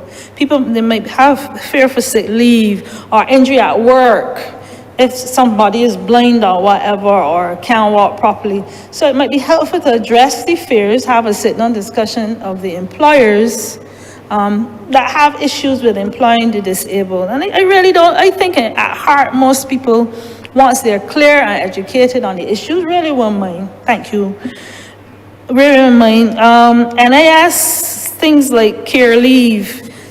I'm not going to call myself, and nobody not locking me up, but many times I have parents, not me, many times there are parents whose child, disabled or otherwise, gets sick.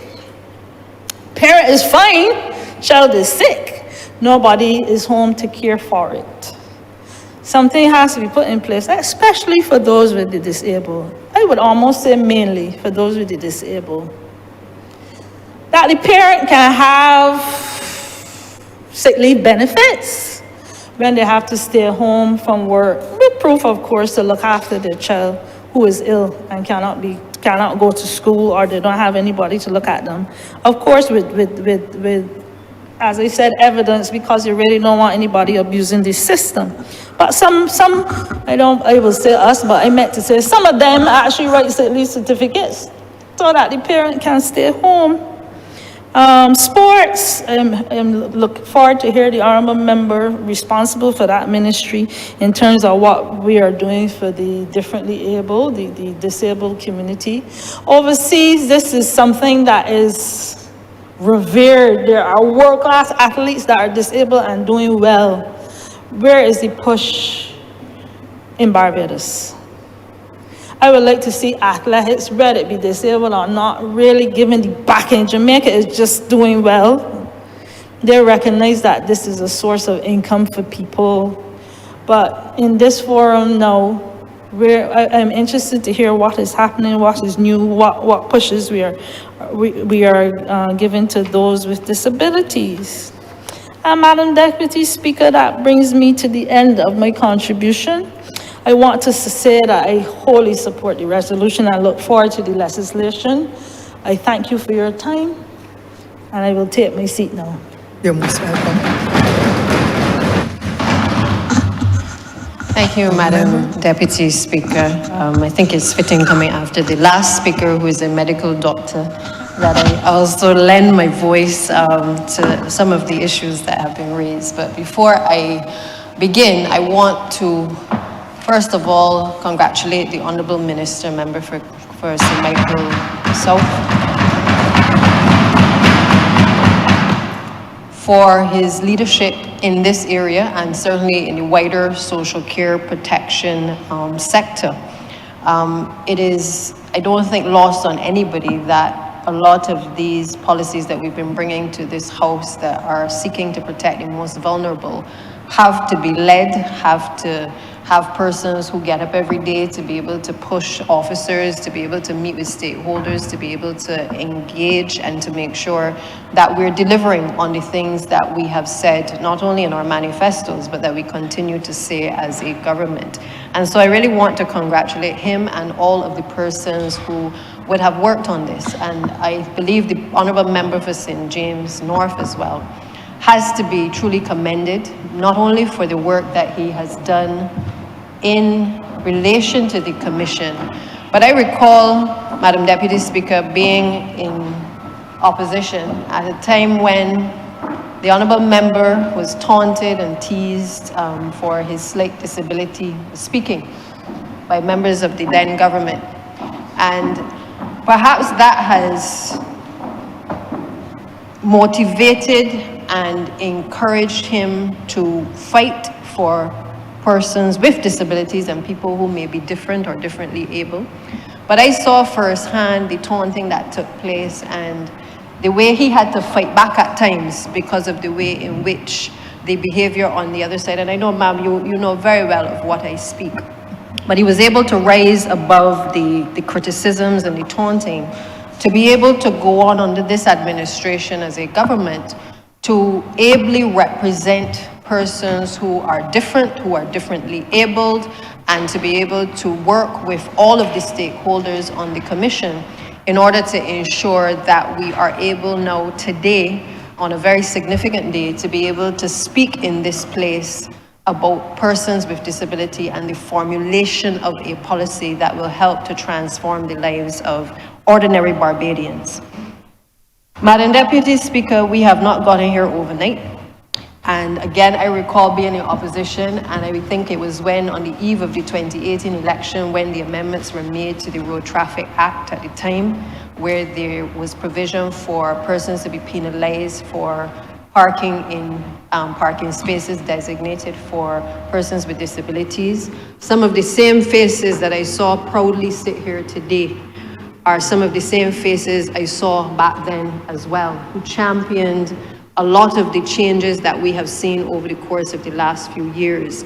There are also persons, Madam Deputy Speaker, who are not with us, who have also been the champions and the advocates in the sector, trying to make sure that the voice of those who have the ability to make and to effect change, that they will listen, that they start to see people, ma'am, and to ensure that not only do we see them, but we also hear them as well, and most importantly, that as a government, that we are also able to act and to ensure that we do better for the lives of ordinary Barbadians.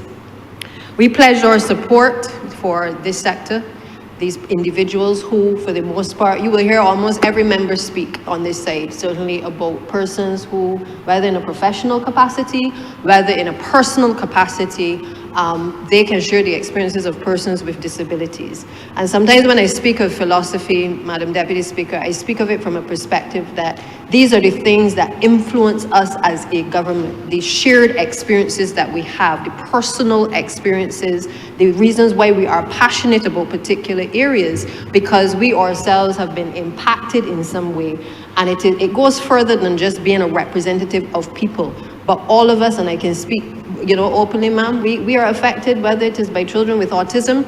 Many of us are affected by parents with dementia. Madam Deputy Speaker, you know better than anybody of what I speak. And we therefore have a level of, I think, empathy and sympathy in terms of the things that we must do in order to reverse a lot of what has now happened over the course of the last few years. I believe the Barbados Labour Party had started with a document called Include Me BIM, which was a call to action several years ago. And that has, for the most part, been our foundation in shaping the direction that we have chosen to go in terms of this establishment of the commission, the meeting with the various stakeholders, ensuring that we now move in a direction of having legislative policy to really back and to shape this particular framework of what we are discussing today. It is unfortunate, as I listen to the Honourable Leader of the Opposition, his comments regarding, while supporting the legislation, he alluded to the fact that, it was almost like he was colliding with this subject area for the first time. And it is quite unfortunate, Madam Deputy Speaker, but also given when he crossed the floor, the positions that were taken and the comments that were made by people with disabilities within Christchurch South, it perhaps is also not surprising that he does not understand the impact that persons who are affected with disabilities encounter. Because I recall a lady by the name, I think it was Lucille, indicating that she walked up and down for the Honourable Member, Madam Deputy Speaker. She is now an amputee and had heard nothing from the Honourable Member for some time. Of course, that is the cry of many others in Christchurch South, but I say that to say that I could see his pain in trying to not only support, but certainly to relate to a lot of what was said here today. And I hope that, sometimes they say a little learning is a dangerous thing, but I hope that the framework of what has been explained, certainly by all honorable members who spoke, has been able to give him a context in terms of the direction that certainly this administration intends to go in supporting a framework for persons with disabilities. He is correct that the last administration and the party he now leads would have supported the appointment to the Senate of the former president of the Senate, who is visually impaired.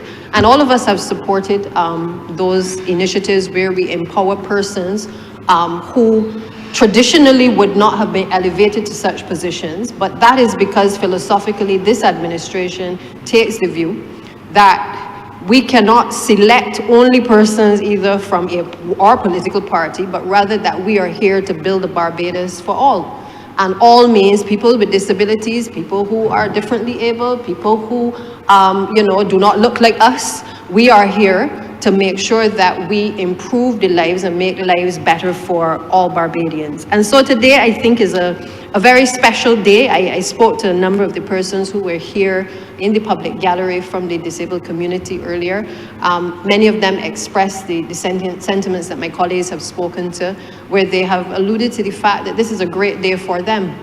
It is a long day in coming, but it is a day which has given them hope, because despite how long it has taken to make all the transformational changes that we are seeing taking place, the fact is that they have been a part of the process, and every significant achievement is a milestone for them to certainly to celebrate. I know that obviously, and last night when we had our parliamentary group meeting, as the Honourable Member for St. Michael South said, I was indicating to colleagues that while there will always be things that we all want to see change in relation to the policy for persons with disabilities, the reality is that this administration cannot run from the fact of its record.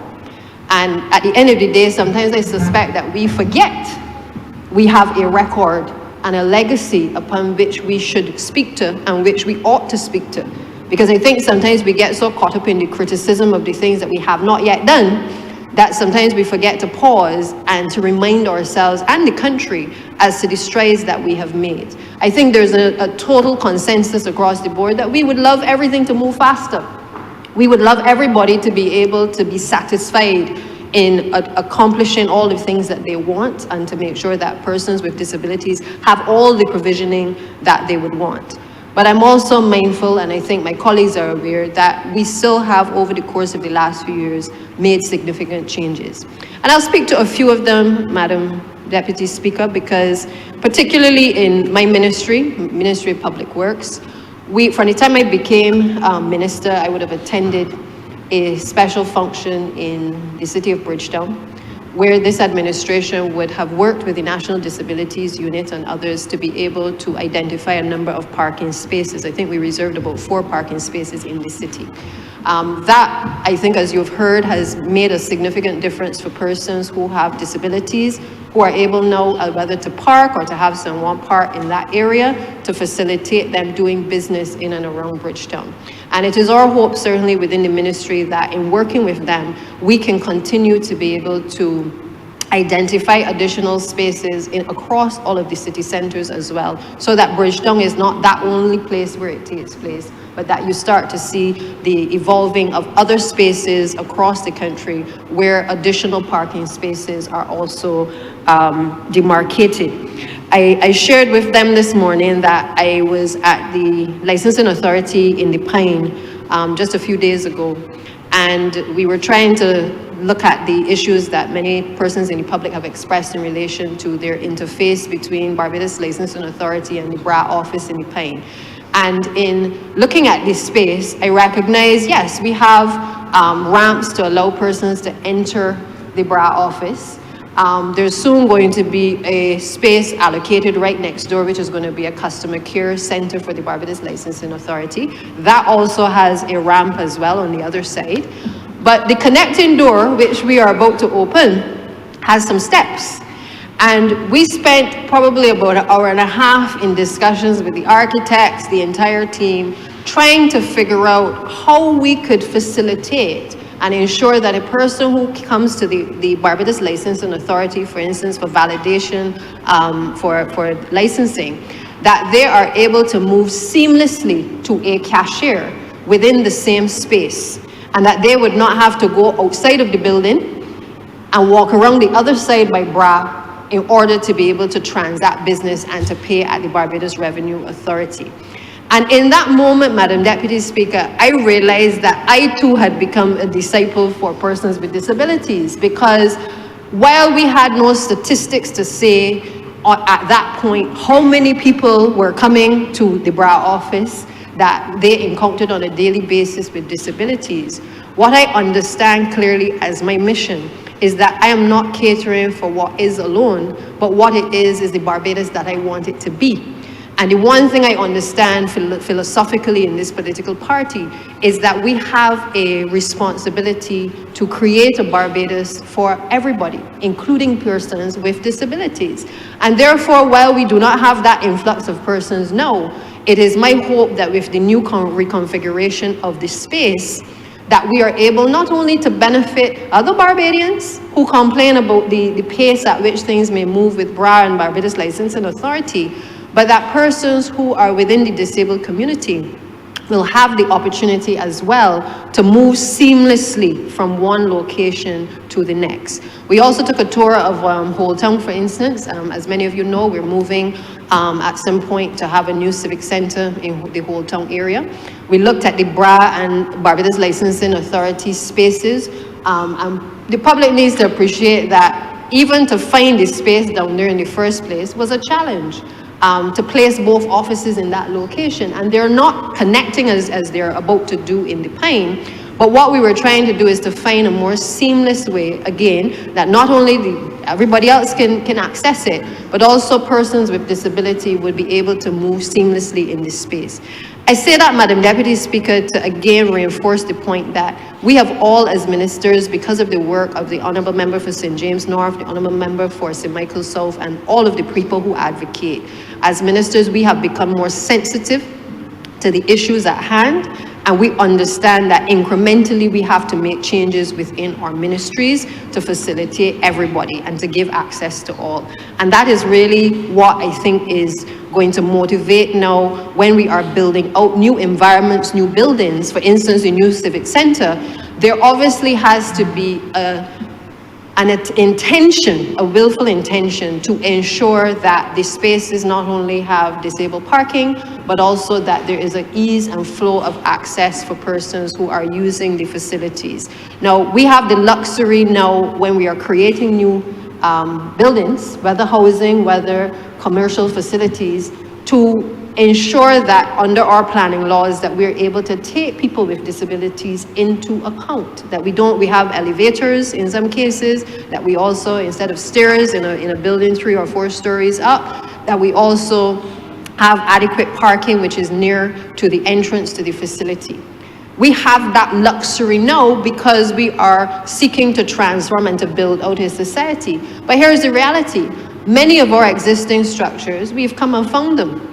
And we are having to retrofit and to spend significant sums of monies in some cases to make it accessible for everyone. And I think people have to place what the demands are in a context as well, because we can't change every single place within society, every commercial location or every ministry. But what we can do is incrementally start to make the transition that persons with disabilities can have, just as we advocate for others, can have an ease of doing business and an access to the social services as well. In the Ministry of Public Works, we have also, as you would have heard, when we introduced the electric buses, 59 electric buses a few years ago, we ensured that they would facilitate wheelchair access. That also that they could lower themselves down to the driver can lower it to the curb, what do you call it, kneeling, in order to be able to allow a smooth transition from the sidewalks into the buses. When I was in China earlier this year, because I think colleagues are well aware and the public is well aware that the Prime Minister has been able to secure a donation of 30 buses from the People's Republic of China.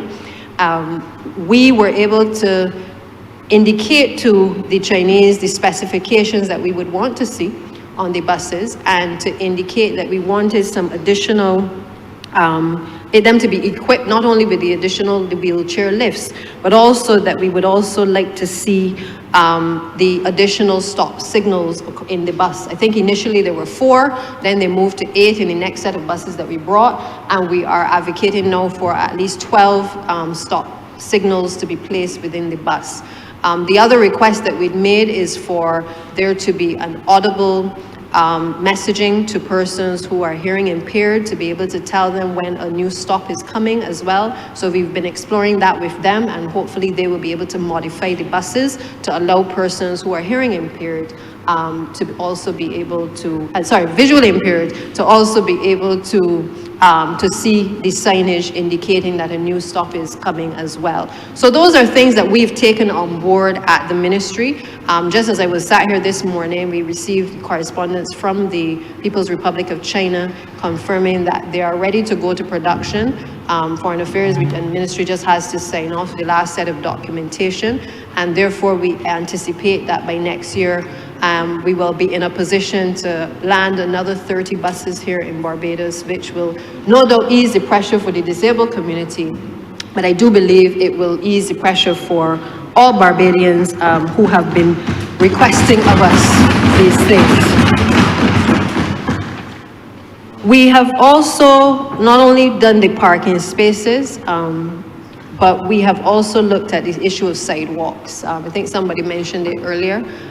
We recognize that in some cases, again, because we are using what is existing, and that there needs to be some level of audit to be able to determine the nature of the work that has to be done to complement what has already been done, because we have seen under the new standards that there have been a number of sidewalks that are being built to be able to accommodate wheelchair access. A number of our buildings have the access for wheelchairs, but there are still very narrow streets, narrow sidewalks, where it is difficult because of the already existing infrastructure. In other words, a street light in the middle of the road, or a drain that has been open, or grills that make it very difficult for us to reconfigure existing roads, particularly in the city areas. And so we're mindful of it. Of course, it may require us looking at making some roads one way in order to be able to provide better access on the sidewalks and to create sidewalks access.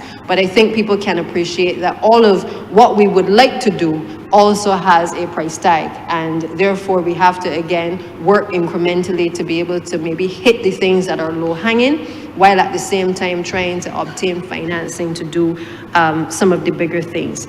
I'm also pleased that I can report to the country as well that, and this impacts the persons with disabilities as it does all Barbadians, that the pilot project that we are working on to clean up the highways in and around the bus stops, in and around the roadways, both in the rural and the urban corridor. We have gotten that off the ground this week, and we're starting to clean the sides of the roads to make it easier, not just for pedestrians, but also for road users to be able to traverse. And I'm grateful to all of the teams that have been working on the ground to be able to do this. We recognize, even as we are doing it, that a lot of the overgrowth of bush has been presenting challenges, as we heard earlier as well, in relation to persons in wheelchairs having to avert oncoming traffic. And so over the course of the next few weeks, the country will certainly see the further rollout of those teams across the island. It is a new model that we are using. Rather than us engaging persons within MTW, we're seeking persons who have the capacity and the personnel to be able to engage persons that are involved in landscaping, to be able to clear a lot of the areas across the country, and of course being compensated by the Ministry of Transport and Works. And we feel very strongly that, again, this helps persons at bus stops, whether it's women, persons with disabilities. This has an impact not just on one community, but I believe it has the potential to impact the lives of all Barbadians and people who traverse. Even the caretaker who is going home on an evening from looking after somebody with a disability has the potential to be impacted by this particular program. And so we hope that we can sustain this, where we have ordinary Barbadians helping the Ministry of Transport and Works to be able to alleviate a lot of the overgrowth of bush across the country, with them being responsible for particular stretches of road and being responsible, therefore, as caretaker for cleaning drains and also for ensuring that we plant cuscus grass or that we plant shrubbery to ensure that the place is totally clean. Now, we therefore have also instituted some audible equipment at some signalized junctions, which is, I believe, at Fairchild Street, Pobin Street Junction, Highway 7, it was called the Reckless Road Junction, Codrington Road, White Hill, and the Spooner Hill Junction. And plans are in place for the next financial year for us to be able to look at some additional audible equipment to be able to assist, again, persons who are with disabilities.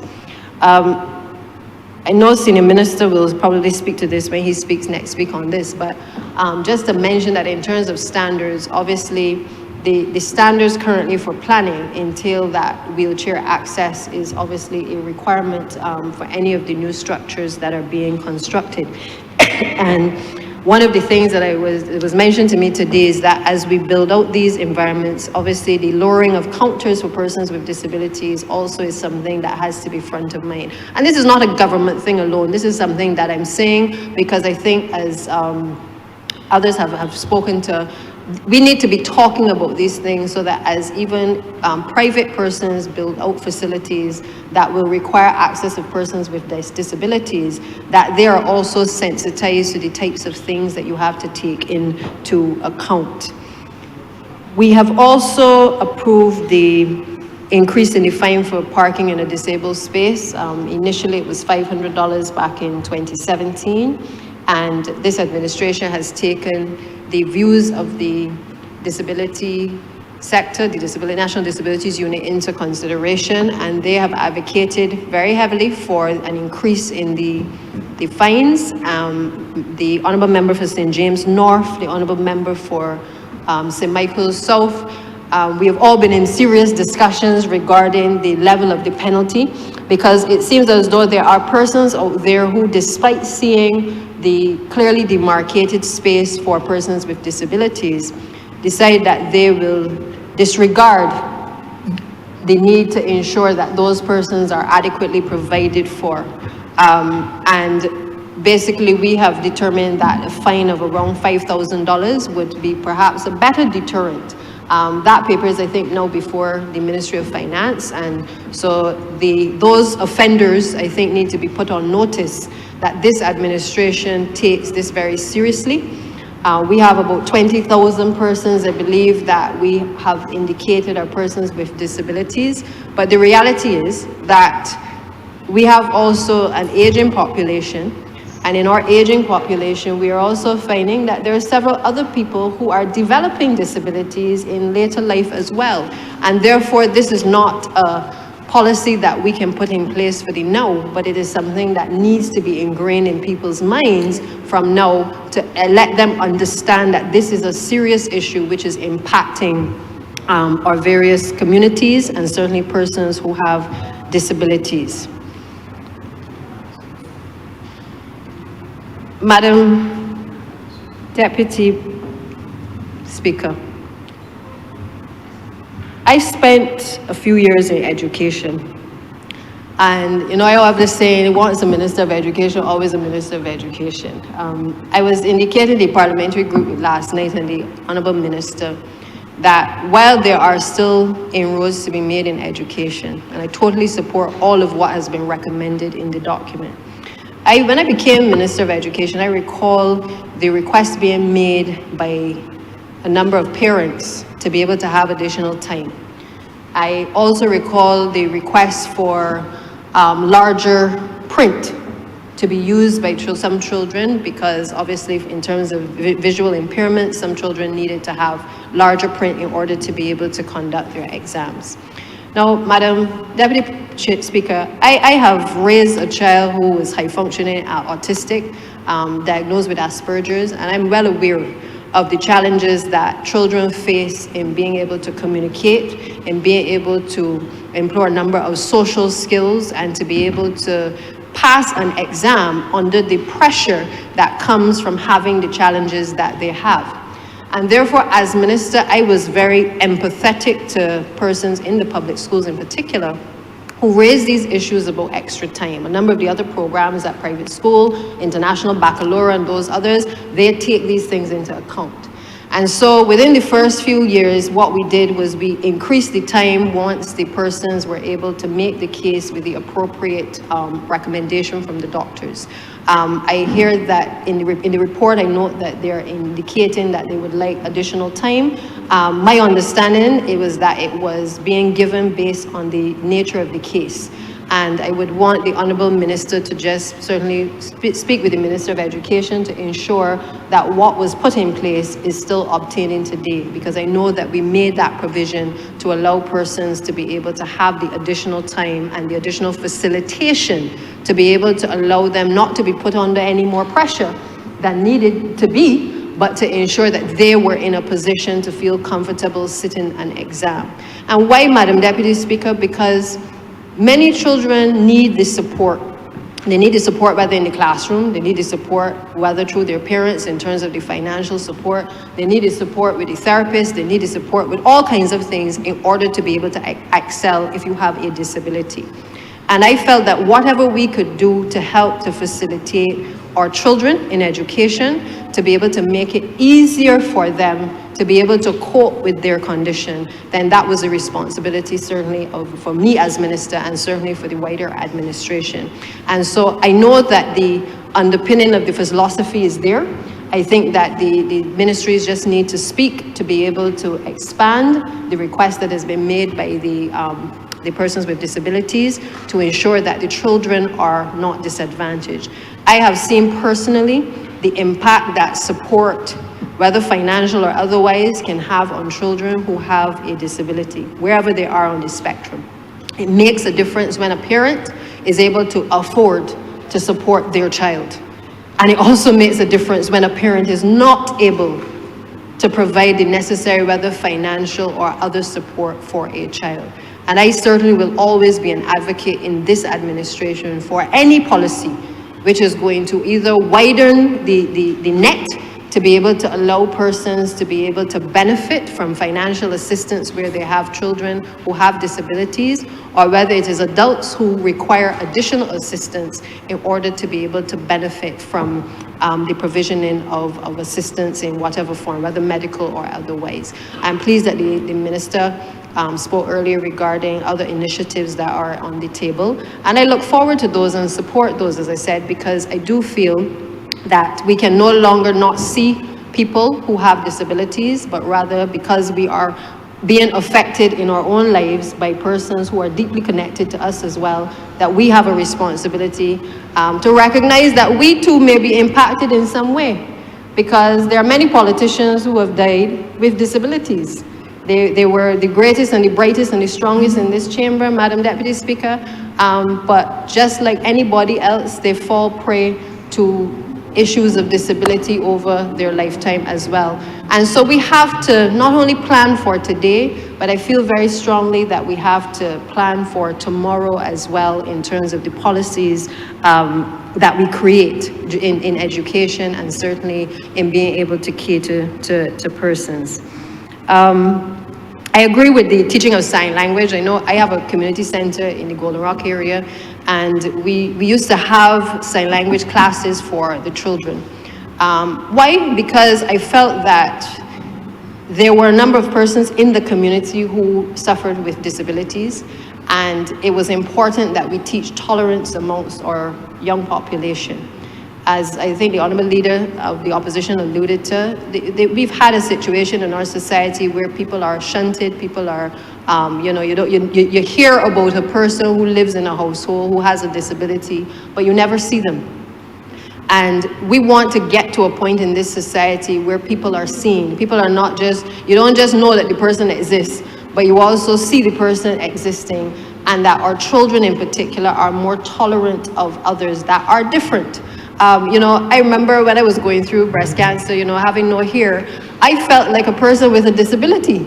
And I could relate to persons who are different, because for that first period in my life, you know, you had long hair, and then all of a sudden you have no hair, and, you know, I had locks, yes. And, you know, it was a transition, but it was also a teaching moment in terms of what people who are different, people who have challenges, have to go through. And that's why I speak of the empathy that I think members on this side have in terms of understanding what people from the disabled community would want us to do.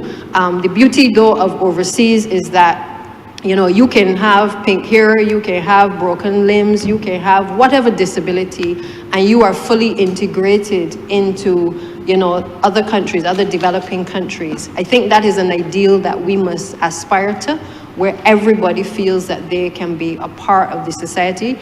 We see it in terms of our thinking, in terms of whether discrimination in all forms. And I think that that is something that we must continue to strive for, where there is that level of equality in the way in which we deal with our people. Special needs training as well, Madam Deputy Speaker, is something that, my view is that special needs training should be the general rule as opposed to the exception. I know that the Barbados Labour Party had done, and certainly under you, Madam Deputy Speaker, and the leader of this party, when as in the Ministry of Education, would have spent a lot of time ensuring that teachers were trained in special needs education. There was a long period, no matter all the old talk that we hear this morning about who put where and who did what, there was a long period in education where the special needs area was neglected. The issue of diagnostic testing was neglected. Being able to know from the earliest age whether a child going through the Children's Development Center or going into a day nursery had the red flags that they were likely to develop a condition later on that would lead to a disability. A lot of that had been done away with. And we ask ourselves why we are here today talking about these things. We're here because some people didn't understand the mission. They didn't understand the holistic approach that was needed in terms of catering for all and not just catering for some. And we have had incrementally, and I'm sure the Honourable Acting Minister will speak to that next week when she speaks in this debate, about the things that are being done presently in the transformation on education to ensure that we start to test our children earlier. Because it is only with the early testing that we're able to identify what resources, even as a country, what resources as finance ministry will require in order to cater for the next generation of people as well. I remember visiting the day nursery in the Pine recently, and it was the transition for the little ones going into primary school. And it was so interesting that within, and I don't know if I have a special gift, but I know that within the first 5 minutes of being in this space, in speaking to the sister, I could point out the children who I could see had potential challenges. And the joke of it, Madam Deputy Speaker, is that when we discussed it, she asked me how it is that I could tell. But it is from dealing with children over the years. You can see the children who are acting out. They're somewhere on the spectrum. They're a little hyper. Sometimes you can see the deformities. You can see them from an early age. The truth is that some parents are in denial. Some parents, on the other hand, are also parents who don't know where to turn for the help. And I think that we, in all of our messaging on this policy, one of the most important things for the Honourable Minister and his team is going to be the sensitization and the education of people generally about people with disabilities. What to look for, what to do if you discover that your child has a disability. Don't just tell the child may be bad behaved. Don't just tell the child, you know, there's nothing that you could do. We need to be able to provide those support systems for our families and also for our children. We've done exceptionally well in terms of recent announcements on the non-contributory pensions. And I think we need to continue along that vein, But we also need people to come forward so that we can collect the data to help inform the decision-making in this particular sector as well, because 20,000 is not a number that I think any of us can ignore, certainly. I think, Madam Deputy Speaker, that this policy signals to the disabled community an attempt by this administration that it is prepared to follow through on what it has said it will do. I think that it is a recognition too that even in the way that we treat the persons who go to the hospital who are determined that they are disabled because they may have been involved in an accident or their health condition has required now that they are determined that they're under a disability. I think we have to look at the way in which the social services department at the hospital also does the assessments, because I don't think it is enough just to tell a person that they may need additional help. I think we are now at that point where we have to work closer with the agencies to ensure that we quickly assess the households, determine what support is actually needed within the whole households, both financial and otherwise, and to have mechanisms in place to ensure that that person with a disability or child is able to be adequately catered for. I think too often, the system presently does not permit for serious cases where there's significant sums of monies for children to benefit from care, to be able to obtain that care. And I recall having a conversation with a doctor where I was left feeling as though the lives did not matter, that lives had a price tag, because I was told on one occasion of a child very sick, but who had outlived the expectations of the hospital and the doctors in terms of their medical condition, that there was nothing more that could be done, that the child is going to die regardless because it has this disability, and therefore there's only a limited amount of monies available for us to be able to cover certain expenses, and without saying it, essentially saying that some lives matter more than others. And I want to say, Madam Deputy Speaker, that I feel that while I understand and appreciate that we have limited funds, I do feel that greater effort can be made, particularly with the private sector and also with the international organizations, and more importantly, by our diaspora, because there are several people I encounter in the medical community who are Bajans that want to find a way to give and to give back. And they just need that mechanism to be able to identify what are the things sometimes that Barbados needs, what are the things within facilities that are needed, what are the things that individuals need.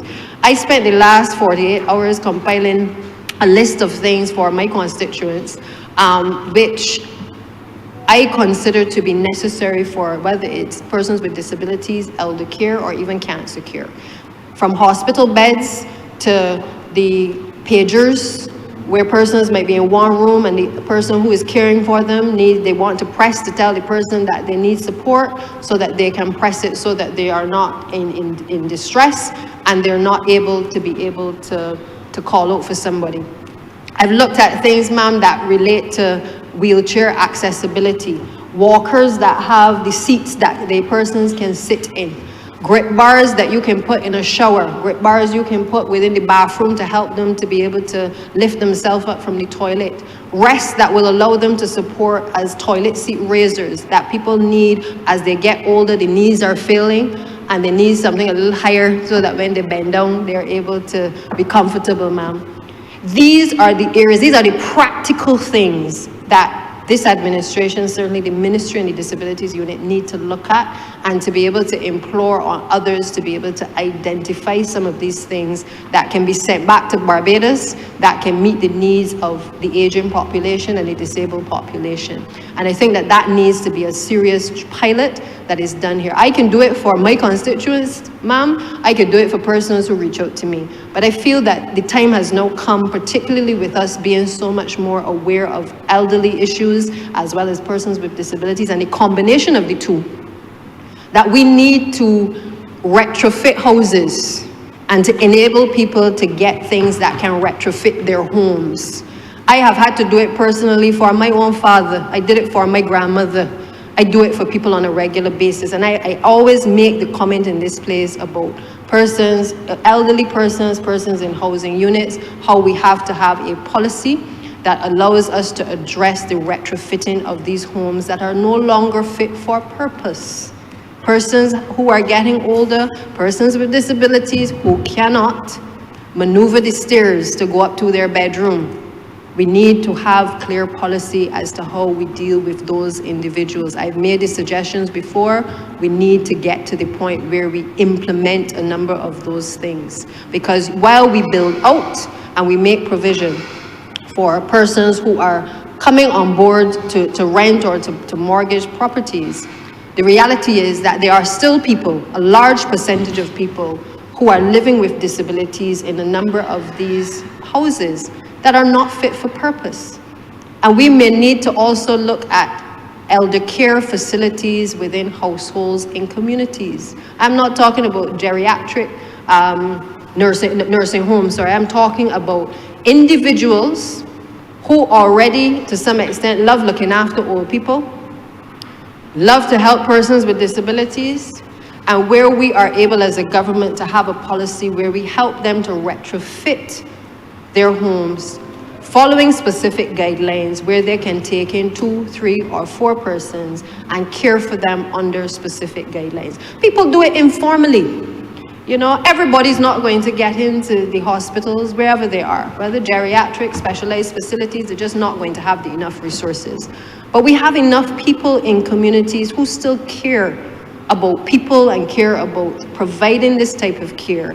And while I know the Honourable Minister is looking, and Cabinet, we've looked at the facilitating for the build out of additional facilities, I feel very strongly that this type of model would allow us to get the uptake faster while we build out the structures. Because while we building is 2 years down the line, 3 years down the line by the time all the planning permissions and the tendering and everything happens. But if we can have a system for being able to care for persons within communities, encourage people to create activities, get the NGOs to be able to work on programs, specialized programs to deal with the care of persons with disabilities and the elderly man, I believe that we will start to see us turning the corner, because there must be a belief that government alone cannot do everything. Government alone cannot build everything. And therefore, what we have to find out is, what do we need? And once we know what we need, then we need to implore on the people out there, whether both here or outside, who have either the resources or the ideas to be able to offer those services to the general population, even if we as a government or our ministry subsidize some of the costs of so doing. I recall we have a call and ride system, for instance, where we take students to school. And one of the biggest concerns is the lack of adequate bus service. I've started to explore, ma'am, looking at, because I don't like the fact that little children can't get to school, especially children who have disabilities. I think that we are denying them a basic human right. And it is our responsibility as a government to make sure that we're able to provision, either by government purchasing the vehicles and allowing it to fall within our transportation system, or being able to create the environment where persons who are interested in providing the service can be facilitated, whether with duty-free concessions or otherwise, to supply the service and government pay for the subsidized care. We can't keep talking about it. We got to get to the point now where I think we put in place the provisioning, whether private sector or government, to be able to ensure that these children get to school. That has to be complemented by new ways of teaching within the school system, where there may be the blended approach. Some children can learn in the classroom. Some classrooms are set up for children to be able to learn remotely. But we have to start somewhere, and perhaps we may have to start with the persons outside of the school system sometimes who are already doing these things, but they're doing them for persons who have the means to be able to pay for these services. I am a firm believer that whatever I see in private institutions is possible for children attending a public institution in this country. And there is no reason why the private sector and the people who have money have been able to cater for their children, to provide additional support persons in the households, to provide additional support in the schools, and for some reason, we've not been able to get it quite right. And I humbly suggest that that time has come, particularly while this policy is fresh, for us to have that sit down to determine how can we make this make sense for people. Because all of what we've talked about, building out facilities and all of those things, those are long term. But the things that I believe we must be commended for is, for instance, the assistance to the Autism Association. Let the people and the parents who know about raising children with disabilities be encouraged to establish facilities to cater for their children and for children like them. Because you will get more out of them because of the dedication that they have and the understanding that they have about the conditions. It is not to say that government can't do it or that we aren't doing bits of it. But I recall too becoming minister and discovering that, some of the children, there were a number of children who were to be placed in special needs institutions. And we just simply don't have enough spaces. We don't have enough spaces to accommodate all of the children who are on the waiting list. And this minister at the time, ma'am, made sure that where we could pay, just like you do a bursary, where we could pay for children to be able to go to specialized institutions, private institutions, we paid for them to be able to go, ma'am. And I believe that that approach is a better approach than having a child sitting at home for 3, 4, 5 years on a waiting list and not being accommodated. Lastly, ma'am, on the issue of education, I want to also mention the Alma Parish School has been completed. Let it not be uttered that we have not delivered on that. When I left as minister, that was one of the things. It was in process. The school has been completed, and the cabinet has reviewed with the current minister a proposal for how we will address the Alma Parish School. But I am proud to say, ma'am, that all of the amenities that are required for a school to be able to help children with different disabilities on the spectrum were provided in that institution, because we understood where the need was as a government and certainly as a ministry, where the need was and what we had to cater for if we were going to build out new institutions. And so I think we have started the process of being able to embrace, but the truth is there are too many children that sometimes are on that waiting list, that are in schools that are not properly being catered for. This is real talk. This is our reality. And we have to now find a way to encourage, while we are building out and doing all the transformation, to be able to encourage persons to build out or to pay for our students to be accepted into, whether it's private institutions, where we maybe pay for a teacher. In some cases, that's what we did at the ministry. Pay for a teacher to go into an institution so that they can support the children who had special needs. You can't be training teachers and then not deploying them to teach children who are special needs children. So we have done a lot, but I think the time has now come where we need to stop talking, and we don't need the more data. I think it is clear what the issues are, and I think we now need to pretty much make sure that the various agencies are aligning and that we start incrementally. I do not believe that we are going to be able to do everything all one time, but we must start the process of beginning to make this transformation incrementally. And I look forward certainly to the Alma Parish School welcoming the first cohort of students when the plans are in place for that in the near future, to be able to ensure that we're able to cater to students with particular learning disabilities as well. So ma'am, I wish to support this resolution, and again to congratulate the minister as well as the chairman of the committee and all who have served. I hope that this is a moment that not only the persons who have disabilities appreciate the journey that we have traveled to be able to get here, but I look forward with the leadership of both honourable members being able to work with them as a government to be able to deliver on the promises that this administration has made to persons with disabilities. I'm obliged.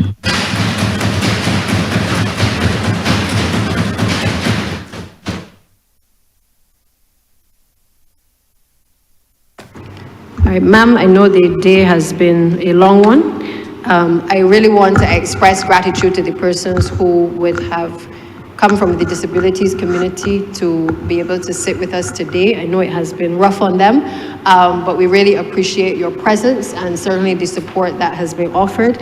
And therefore, I would wish to suspend this sitting suspend this sitting until next week, the 5th of November, for continuation of debate. Move further consideration of the resolution. And we adjourn the sitting until next week, the 5th of November.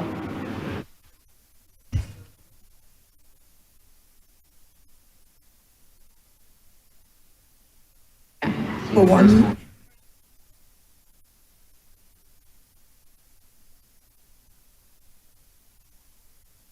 Sorry? He's saying something. He's saying something.